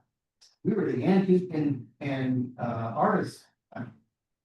But it has changed in the last 21 years. It will change, it'll continue to change. And yes, I agree. Said it himself. On a weekend, this town grows 5 times the population that we have. And you can't get anywhere, you can't do them. And then you add all the specialties, so it's brought a lot of people and it's done nothing exacerbate the problem. You can't use a restroom in any of the businesses around, you've got to use porta potties. Okay, nobody likes that. Okay. I came into this. And my idea, I was on the other side performing this. I was on the side of both Sandy Ness with a pipeline and go in and work with them. Didn't get passed. The community didn't want that. I looked at it, I studied it, and I came back around and I decided this local plan is probably a much better idea.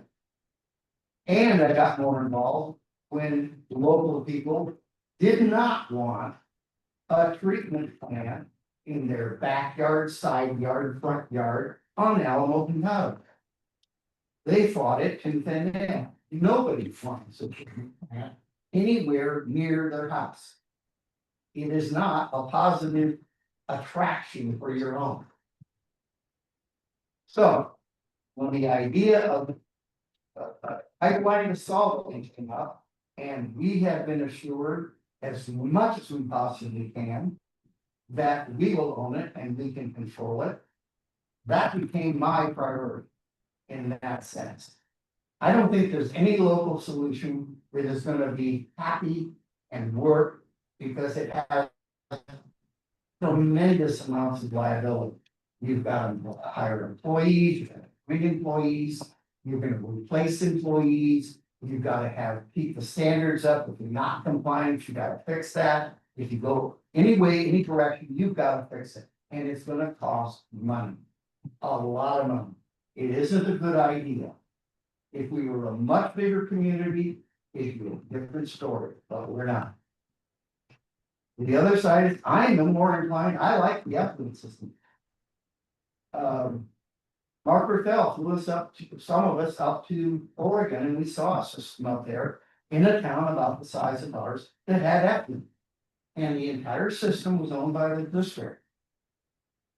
I think that's a great idea, but there's people here who are gonna fight that. They don't want that in their yard. They don't wanna deal with it. Mary doesn't wanna deal with it, even if somebody else owns it. I understand that. We live on a small lot, and I'll tell you, we have a private street in the front and a private alley in the back. So we're gonna pay a lot of money to connect to something to a public line. Regardless of it. I prefer effluent. I'm hearing that most people want gravity. I'm willing to go with what the community. It's not about just me. I live here and I'm gonna pay for it one way or the other. But if the community wants a certain thing, then I'm going. Because it's the community's project, not ours. We're just trying to facilitate. Talk about all the other stuff about growth and everything else. I grew up in Toledo. In 1970, they restricted growth by limiting water meters. You know how they got around it? You have a piece of property with one water meter and you built a 26 unit condominium with one water meter. Did that change anything? Heck no, it just made more dense population. So it can be gotten around. But if it's our line and we got it, we have the say. And we're gonna fight it. It's not a well, it's a different thing. We are a district that owns it, not individuals. So my thing is, I want to know what the community wants, how they want it collected, and I'm gonna strongly endorse a pipeline to solve it. Because I think that's the cheapest and best and most manageable project that we can do for the distribution and treatment of whatever the waste, whether it's strictly effluent or it's mixed solid with that. That's in hell, I'm a little bit emotional about it. So thank you for listening and I appreciate your patience. And so for me, the growth issue is a big one. And as I said in the last meeting, we were doing a lot of research on this. I really believe that as part of this district's responsibility.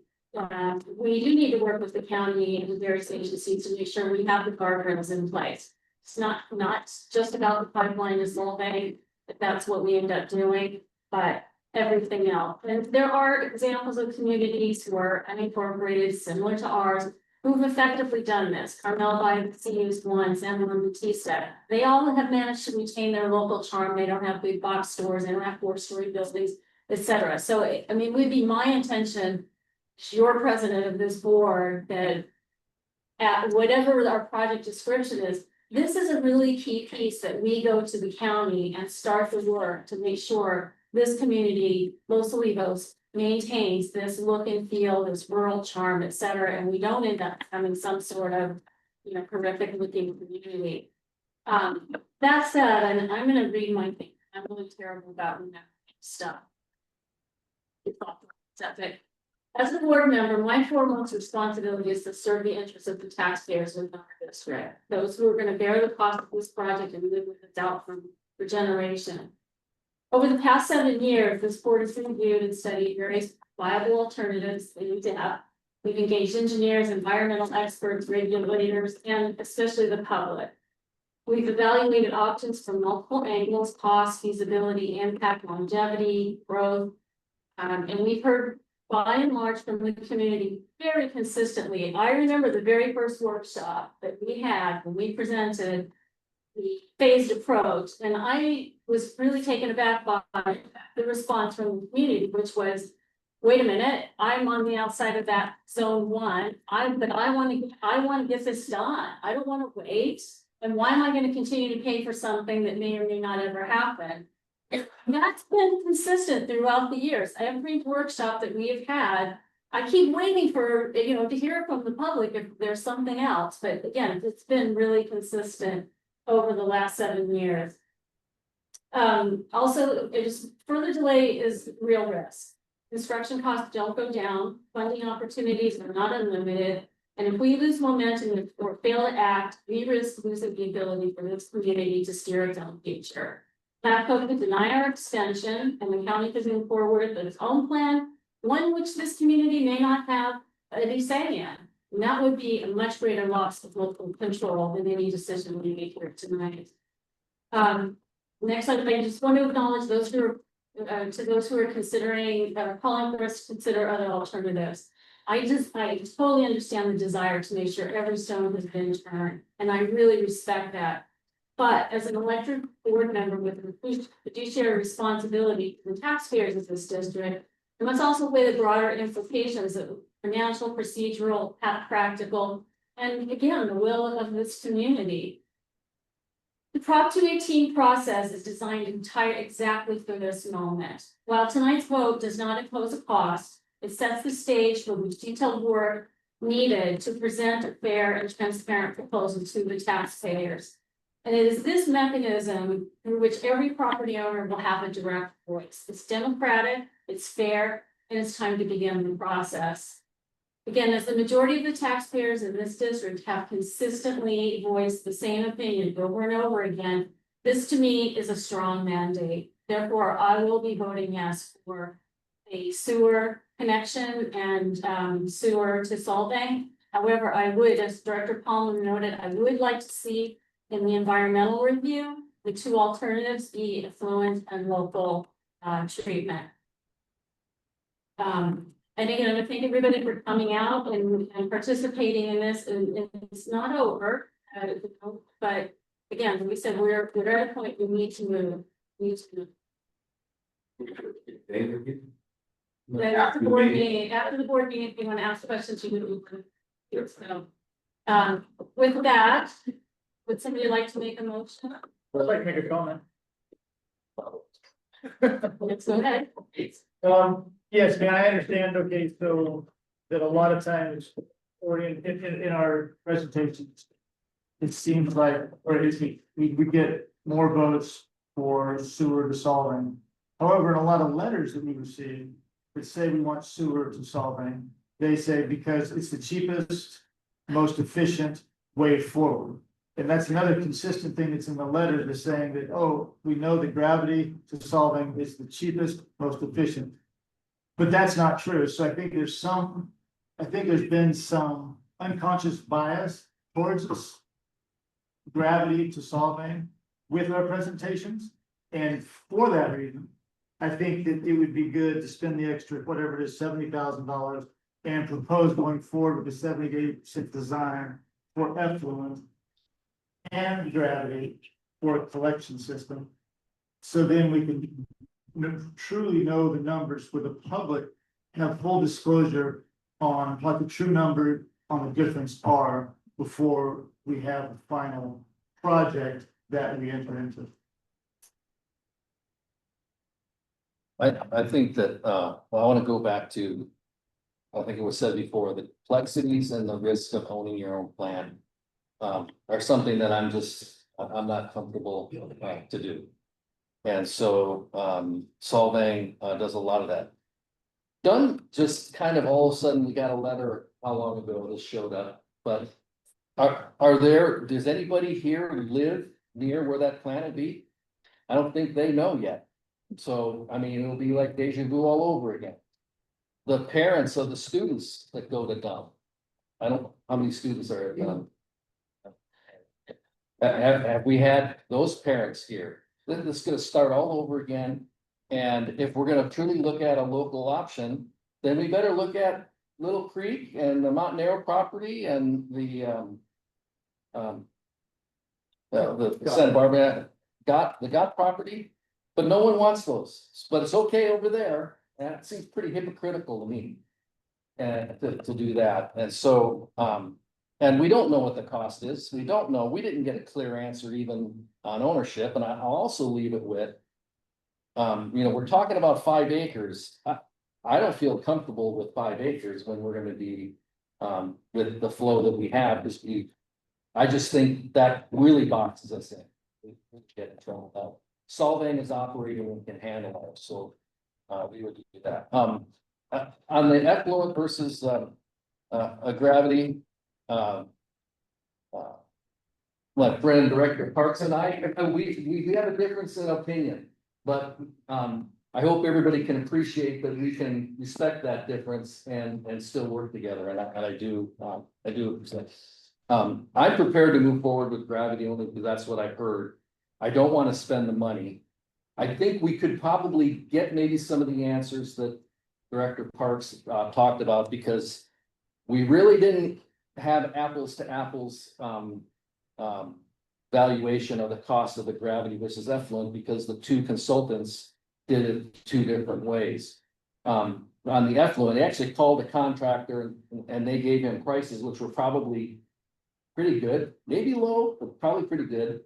And then Stantec, because I've been involved with Stantec, how they do an engineering firm, they're gonna be the high bidder. They're generally gonna be the high bidder, that's how they do it. And so I've had some information that the cost for the gravity will actually be less than what it is. I don't know how we craft through the environmental, looking at both of them, but I think if we're gonna do that, moving forward with the next step on the gravity will get us a better cost. I'm not convinced that we couldn't get rid of one of the lift stations with the gravity through refinement of that design. So. But we just don't have a good comparison with transmission. That's what bothers me. We don't have any information on transmission of effluent to solid. We are making assumptions that no engineer has provided us. And I think that it can either go forward with a 70% design with both, or, yeah, that's what I think it's really good. It's an extra, what, $70,000 maybe, if we did both, versus 200,000 for 80% on one. What's the or option? 270. Straight 90% on both at the same time, and we have the opportunity to get to the potential to get to the 218 vote. Is that correct? Because now at least we're going forward, and at least we're getting true answers that we're gonna pick from at least. Yeah, I'm just afraid that we're making decisions about the right number. And if I came in here and said, okay, it's gonna be $15 million more this way versus that way, is everyone gonna still say that they want gravity? If that's the case, well then go that way. But I just don't feel comfortable. I think if we need those numbers, if I want to spend an extra $25,000 for one versus the other, I mean, I don't, I know a lot of people have come to me and said they don't want to spend it, they want. Like our initial workshop, that they want the cheapest auto. So we know there's lots of different constituents out there, some don't want to spend, because they don't have that. I mean, $8,000 or $7,000 a year means a big difference, I mean, they're paying. $712 for property tax because they've got their property, so now they gotta pay an extra $8,000. So I just think that having the true cost comparison is we keep going forward, let's not stop going forward. But let's go forward, I mean, we're gonna spend a little extra money, well, if we spend an extra $70,000 or $80,000 now. On a $50 million project, is that much, is that asking too much? Personally, I say no, I would like to go forward like that. Be part of the motion.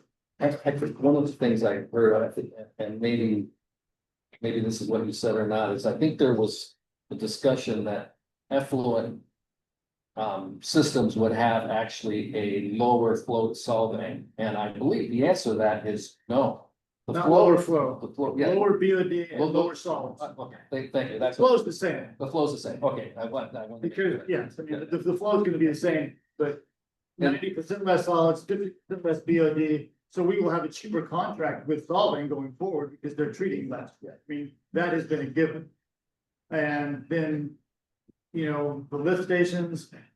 I mean, and they're, like I said, I mean, I've heard up to the fact that no, we would not need any lift stations to a much reduced one lift station. So that's in 1.5 million, 2.5 million. I mean, we're talking millions, but as we go forward.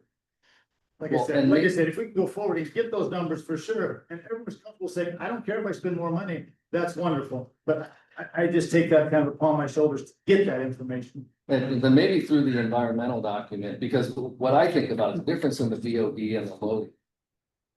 For each house is 800 gallons over 10 years, that's what I heard. So remember, just like our sewer. That's flow, that's not BOD and that's not solids. That's just gallons of flow. Well, no. They're treating the BOD. Yeah, but the solids which contribute to the VOD and everything that's left in the tank.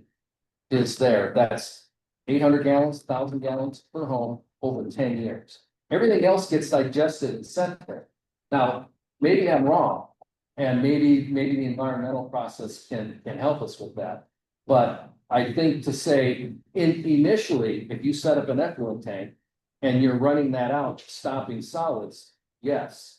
But as those solids are digested, which is what our septic tanks do.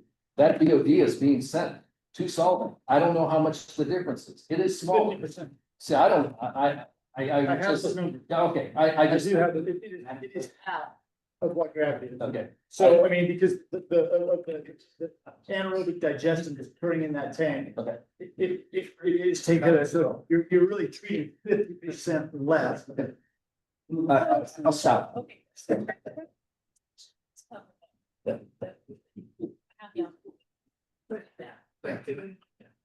Which. Well, There would be time, choose. Right. So that we're in order of time.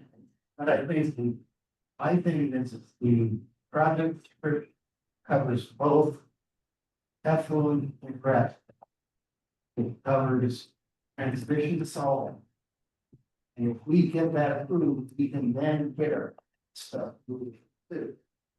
We keep going back and forth, there's nothing.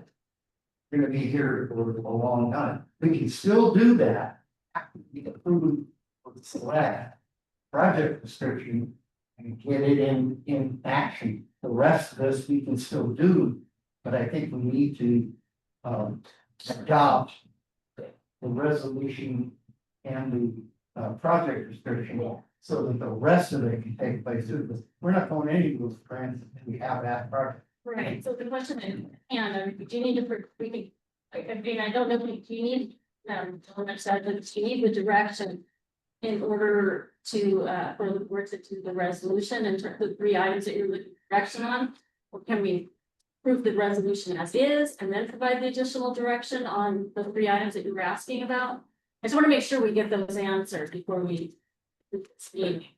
Yeah, so let's take, there's probably 4 things in there that I heard. Let me start at the top. So if what I'm hearing from Director Parks is he wants to know costs differences between the two collection mechanisms. Environmental will not get you that.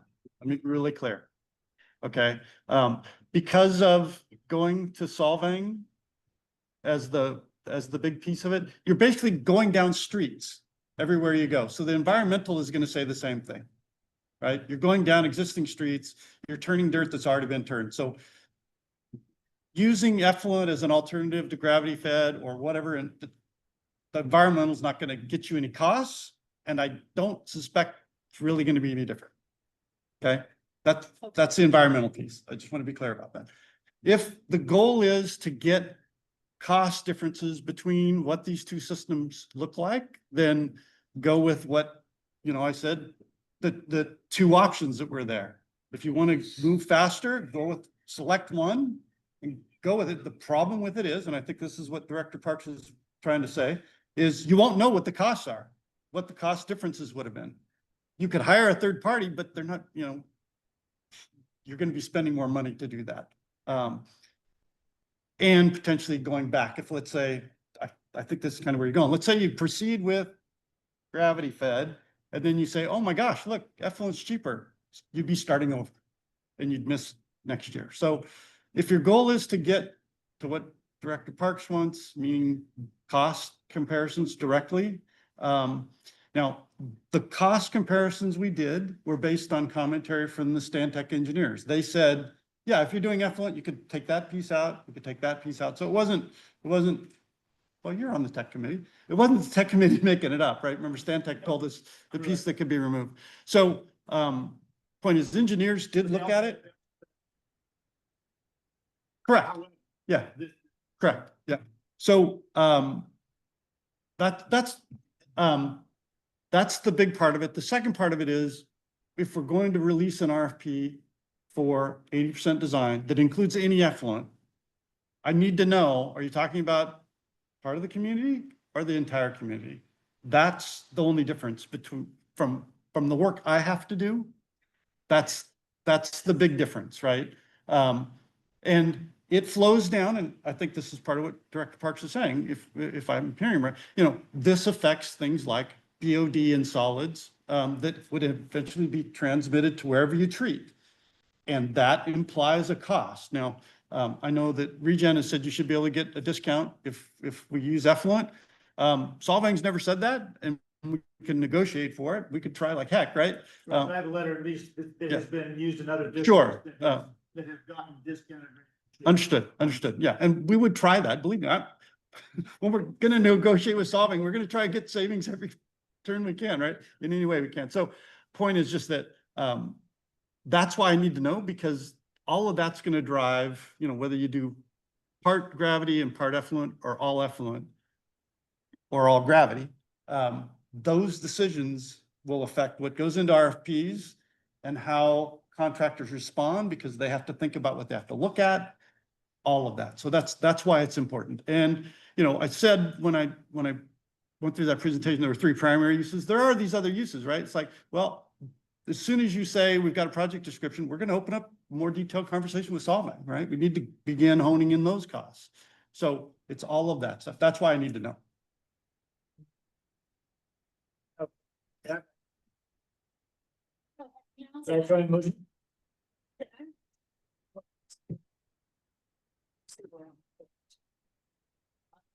Except that it would be the sad, but that also said cost. It was the cost and they still said sewers and it's fine. So That's what I'm thinking. Maybe we're not getting the point across, because the letters say, oh, I want them sewer solving, and because that's the cheapest. And it's like, but it's not. But on O&M it is, yeah, the O&M, the post capital, post construction. And again, I think if we do an 80% design, we'll know that. But never has it been taken into account that we could get it treated cheaper. So like I said, I just think that 80% would get us the correct number to make a comparison. With really, so we know. So maybe it does the high end, but it's a difference. Yeah, we just, I just think, I think we should do 80%, all that, 80%, all gravity. At least we're going forward. That's what I would like. I would like. and make a motion to go forward on both for 80%. To where? To solve them. So if I recall from the presentation guide, there was an option where if we did do 8% of both in parallel. There's a chance we could get to approximate 18 though. Correct. It's 2 months longer, based on my current estimates and talking to engineering firms. It's about $75,000 in 2 months. And at least we're going forward, man. At least we're going forward. Somebody make a motion that. I would like to make a motion to be go forward for an 80% design on all affluent system and then 80% on all gravity system. We're actually going to solve. Anyone to second this?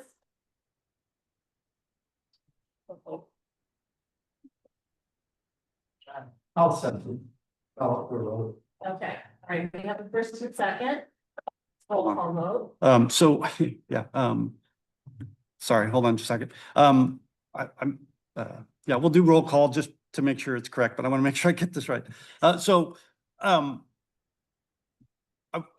The motion I heard was 2 contracts. You're saying go forward with both in a single contract. Yeah, Okay, I just want to make sure. because that's what you said. Yeah, I did, but what I heard you play back was something a little different. Because So, so funny. yeah, okay. We have one person looking at both avenues.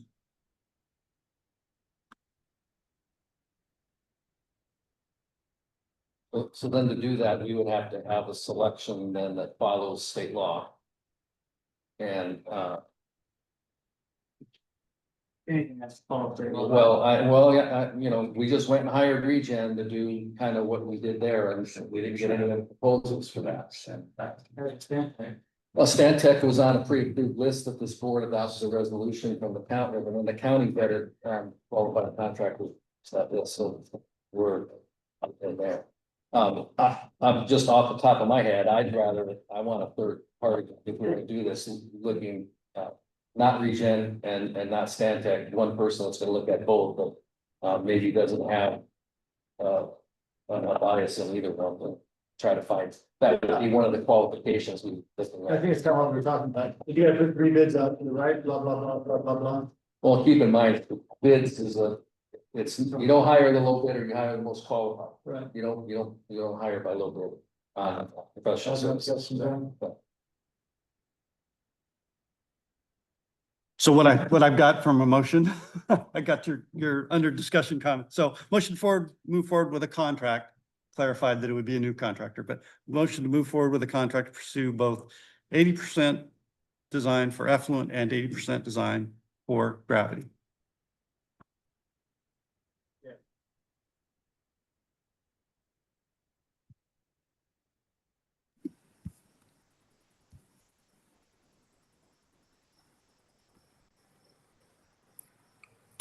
And solving for treatment and disposal. Thank you, council, and solving for.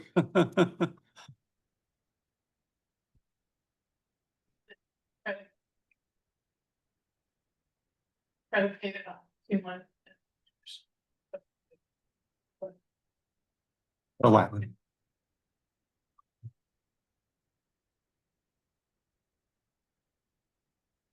I spoke to one contractor who said, if you gave this to me, I didn't reach out to a bunch, right? They said, this is probably where I'd be, and this is how long it would take me to do one, to do both. I wanted to give you something to at least, that looks like a good ballpark.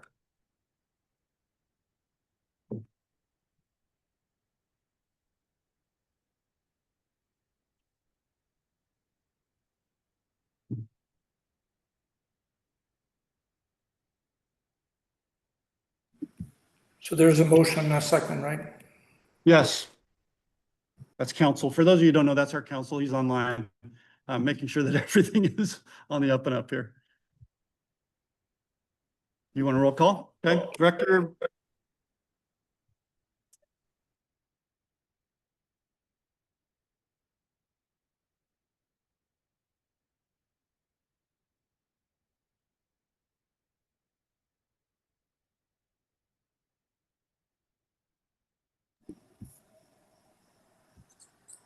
I can't hear you.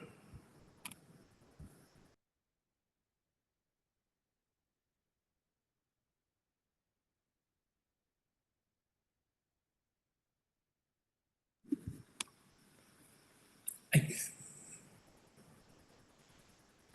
can't hear you. The board's approved it, and I'll do my best to pursue that through the technical committee. I voiced my opinion, and this is how our government works, and I'll be prepared to see where this goes. So I'm good, apparently it didn't go through. I want to make sure it's recorded for the, video for posterity. So directors, Parks, Nelson and President Kenny voted yes. Directors Fayram and Palmer voted no.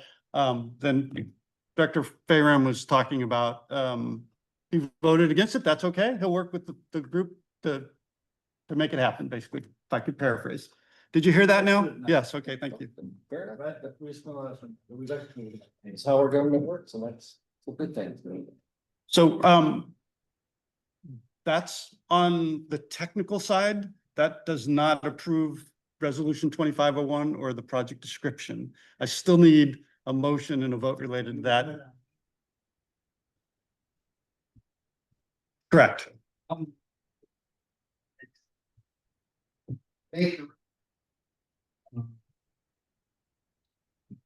501.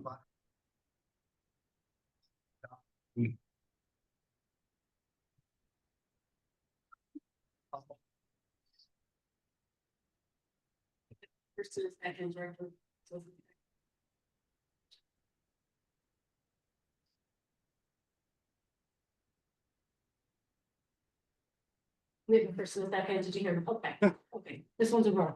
Make sure there's no other discussion.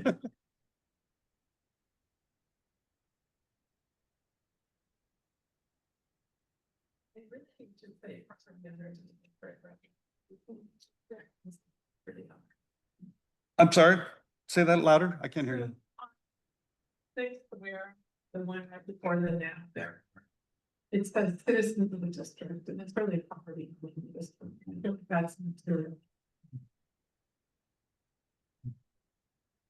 From everybody, even those that aren't. Property Well, owners. okay, so that is, that's the property owner, right? In terms of the description, or add property owners. Because we have people that move property. Oh, It's minor, but. No, well, you're gonna adopt it, so it's not minor.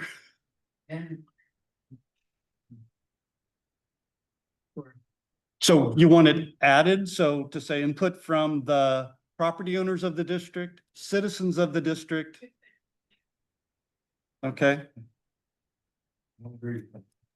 I did not hear any of that, Guy. all right, so the sixth whereas of the resolution will now read, whereas the district has drafted the project description consistent with the input from the property owners and citizens of the district, communities surrounding the district, the city of Solvang, the Central Coast Regional Water Quality Control Board, the County of Santa Barbara. So we're adding the three words property owners and before the word citizens. So, all right. So just, I'm sorry, I'm going to take over for just 10 seconds for you, Madam President. So please ask him if he's good with that as an amended motion. And make sure your second is on board with that. Okay.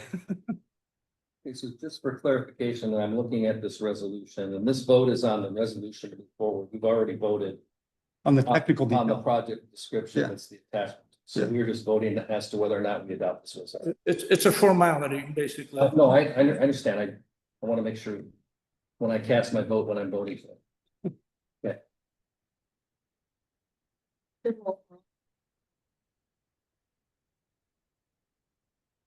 Director Nelson. Aye. Director Parks. Aye. Director Fayram. Aye. President Kennedy. Vice President Palmer.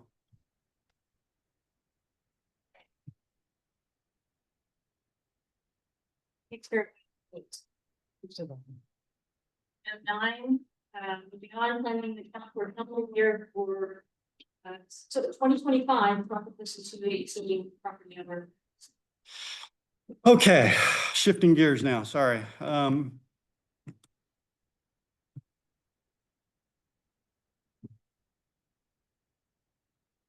am I? I'll get there, sorry. No, I know, I'm looking for something that I'm not seeing. I'll get there, give me just a second.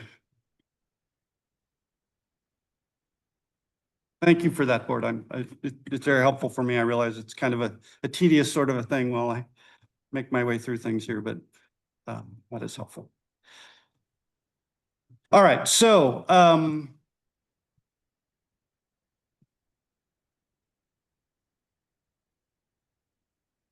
there we go. So in thinking through this process, we're trying to get to in sometime in 2026, this whole Proposition 218, which is property owner vote. We've been through that. If you're not familiar with the Prop 218, we've done 2 different presentations on it in the past. I can point you to them. You're happy to go back and look at those. But as we go through this process, and there's been a lot of discussion about pieces of this, there's some considerations that your board has to think about some. And much like I did with engineering, what's the cost for some of this stuff? I've reached out to a couple of firms that I'm familiar with. It's not the official RFP process. We'd have to go through, kind of a more official process. But again, to give you a thumbnail of what some of this sort of stuff costs and the kinds of things they would do. Typically, when you go into a Prop 218, you're talking about a much bigger jurisdiction, right? Very rarely do you have one that's as small as ours. So things are treated a little differently with a small jurisdiction. If we were the city of Solvang, with its 10 or 12,000 people, whatever it is these days, they wouldn't attempt to do some of the things I'm going to be talking about. For instance, they wouldn't attempt to touch every property owner.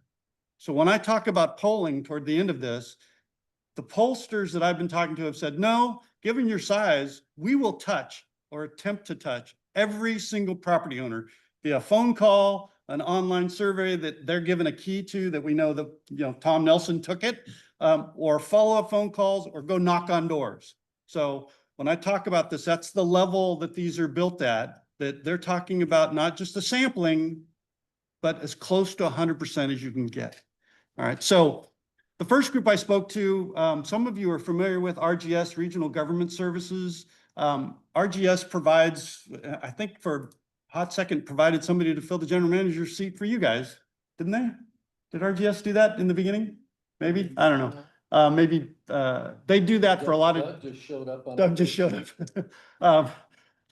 They do that for a lot of cities, even county. I've used RGS when I was at the County of San Luis Obispo to fill the planning director position for a little while.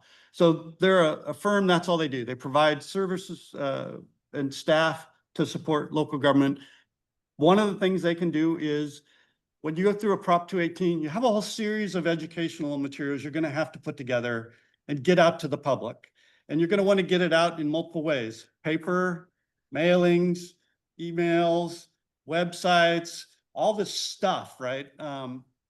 Including various social media outlets that you'll want workshops, all that sort of thing. So they will do that as a package for you. They have professionals that's all they do, right? Including help set up and run some workshops. Personally, I'd love that. So I don't have to do it all. And the package for that is $30,000, including almost 12 months worth of lead up social media to do more education. We heard earlier, I don't know if the person left or not, but we heard earlier that some people still don't fully understand the problem we're trying to solve. And we've got people on the full spectrum of, no, I've been looking at this for 7 or 8 years, to I just started looking at it 7 hours ago, right? So they would help with all of that, which I think would in many ways be great. So the cost they gave as kind of a good thumbnail and a scope was about $30,000. The next thing you're going to have to do at some point is come up with, what is the proposition, what's the statement? What are you going to put on a ballot that says, we're asking you to vote for or against this thing, whatever it is. So that's a proposition statement. Once you've got that at least crafted in a loose form, the polling firm will take over and say, okay, let's look at that proposition statement. And they'll work 6, 7 different ways and say, well, what if it was worded like this? What if we said this? What if we said that? And that's what a polling group does, right? They say, well, we're trying to help you get toward the end you're looking for. It may not be the exact one you're looking for, but by trying different approaches, we can get you to a successful 218. And so it's really those 3 big buckets of things that we're gonna have to be talking about. So the educational material, proposition statement, and doing polling. Now, I want to be really clear about something because this has tripped more than one local organization up that I've been exposed to in the past. Happily never had it happen to me. When it comes to a Prop 218, the district cannot advocate for or against. We have to be 100% neutral. We can provide educational materials and that's it. You can't start knocking on doors saying, I'm your president. I recommend you can't do that, okay? So that's why this first one's important, because we have to make sure that what we're putting out is neutral and educational informed. It's not a campaign. You're not trying to convince people to do something other than to vote, right? And you're giving them the information they need to be able to make an informed vote. Polling gets a little more into the, would you vote for that versus this, right? And so when we talk about these three things, I recognize we're a solid year plus away, but just as I was saying with the other thing, we've got some work to do to get you qualified firms that might be able to do this. And importantly, when it comes to the polling side of it, next year is a midterm election. The larger firms that do polling at the state and federal level will be busy next year. By March, they will stop answering new phone calls.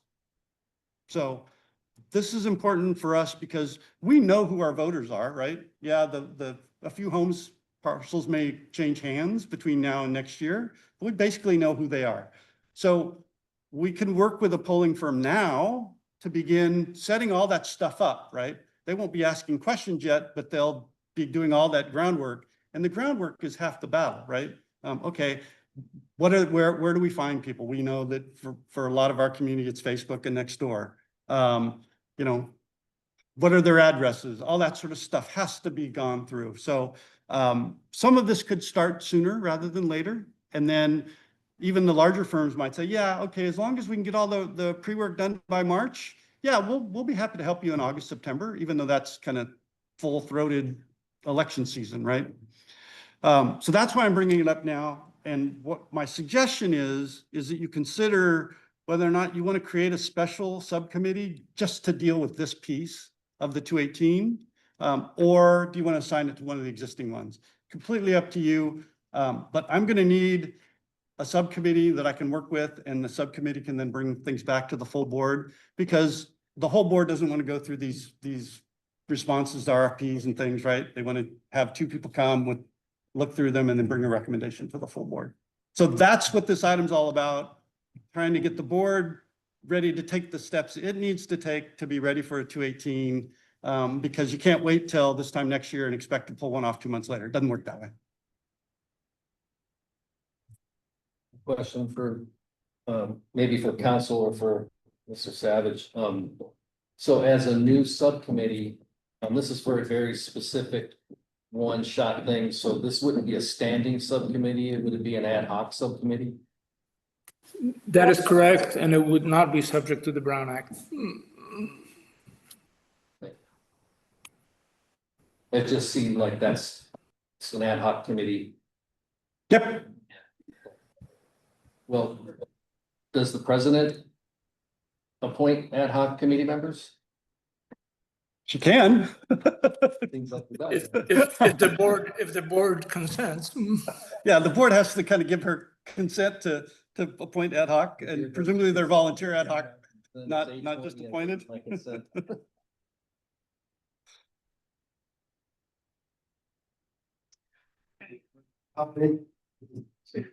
He said it's not restricted by the still do. Yeah, if 3 are meeting, it's Brown Act. Yeah. If it's a subcommittee, and our subcommittees are just 2 board members.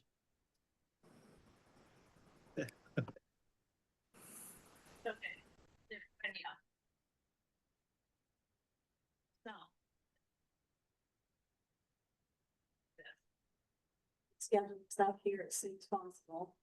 Before you take a vote on that, perhaps you should ask if there's public comment.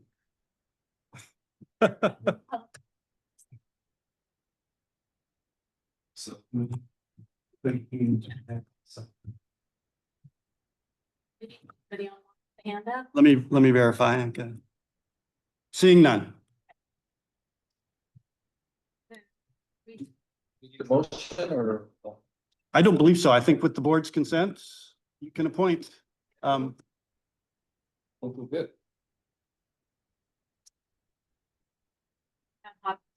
Is that correct, Council? What, I'm having a hard time hearing. Was there a motion in a second? No, there wasn't. Do they need a full motion? Yeah, let's do a motion in a second because it's an ad hoc committee. This way we'll Okay. we'll Fair eliminate enough. all doubt. Yeah. For the ad hoc, so. First and a second, all in favor? Aye. Opposed? Subcommittee. Okay. Please. Get us scheduled up here and we'll get going. Is that everything on that item? Yes. Okay, moving on. Next item is informational items reports. For finance subcommittee, I don't know, we did not move, however, the details for invoices were in the packet tonight. I hopefully read the links to it. And then asked to please be more timely with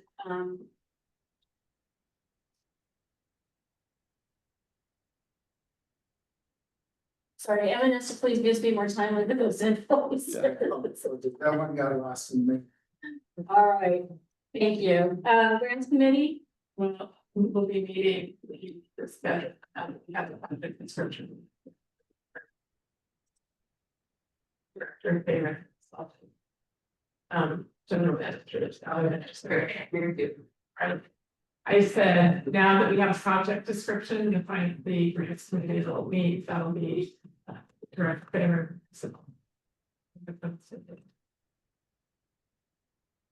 How about any project management? Sport, and technical subcommittee. We did. Okay. Next item on the agenda, general manager and district engineer comments. I don't know that I have anything that is at this point. The only thing I would add is that it does look like the county will be going to their new financial system in August. I'm holding my breath, as you can tell. Yeah, there you have it.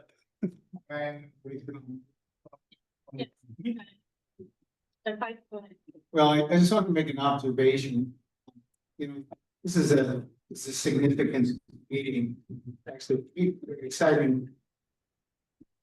Just very briefly, the very first time that Ken was put the paper on options was in 2008, it was for the management plan, which I wrote. And this has been a very professional board that has developed.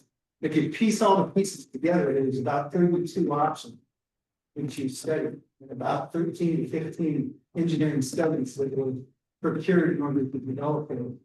And so that institutional wisdom and knowledge is very significant. One of the surprising things that I think you need to observe is that looking at these options over the last 7 years, we've seen that because of good advice by, for example, when we look further ahead at 30% design, 50% design, we've seen the anticipated cost of a pipeline solvang has gone down some, but mostly the local solution with local treatment has gone up significantly because we found all the elements that come into play. I'm very excited about the motion and what the state is going to be to wrap this up, because there's a few significant things that need to be folded in. One of them is the cost of or acquisition of land.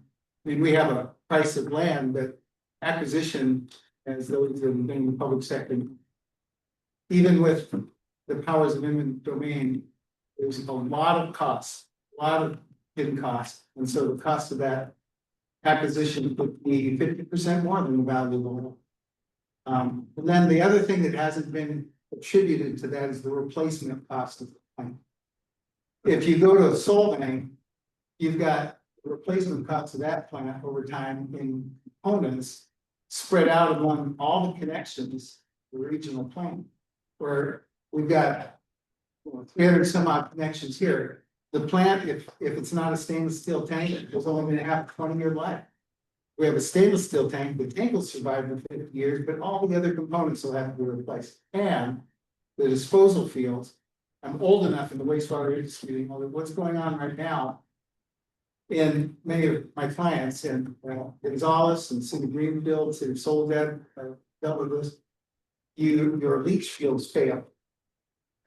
Major treatment plants. So they need to be replaced or rehabilitated. Sometimes that's way more expensive than the initial cost. So those things have not been folded into those costs. And so it'd be good to see this next step, go with 70% or 80%.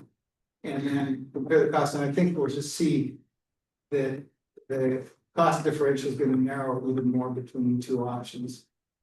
But I just wanted to say congratulations for what you've accomplished, and just as observing it from the technical side only, not the decision maker side. I've been very satisfied with the expertise, and if I could award a wastewater treatment management merit badge, all of it. Thank you. Okay, and it doesn't sound like we have anything else then. Last item, or next item, director comments, anyone?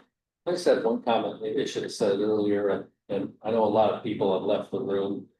Mr. Beatty, you and I have crossed paths over the years, and I know you and respect you. And I would just ask those that have the concerns with the solving, work with us to address them.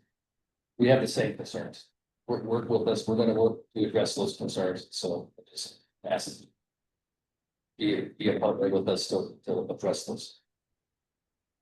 Yeah, I assure you that none of us on this board want growth. All my interactions with all board, you. Yeah, if I could just piggyback on that, I think that where EV's suggestion in the letter about looking. Verified their guardrail to be put, let's see. That are legitimate, that the county or. Either tools that we've identified or haven't identified, you're more than open to working to work for that. We had all agreed or disagreed on a lot of people line, but I think bottom line comes down to the same enhancement. We're willing to compromise as we need to make sure we do what's right. Our own personal beliefs are not going to steer us. It's going to be what best for the community wants. We're trying to do this fast as we can, but believe me, this can is getting kicked down the road since 1974. So we're not going to solve it any faster than we can't cut corners, we can't shake things up. We have to do it the right way. Now we've made time, quite frankly, I think tonight, we made some significant progress towards that. And I'm pleased to see that.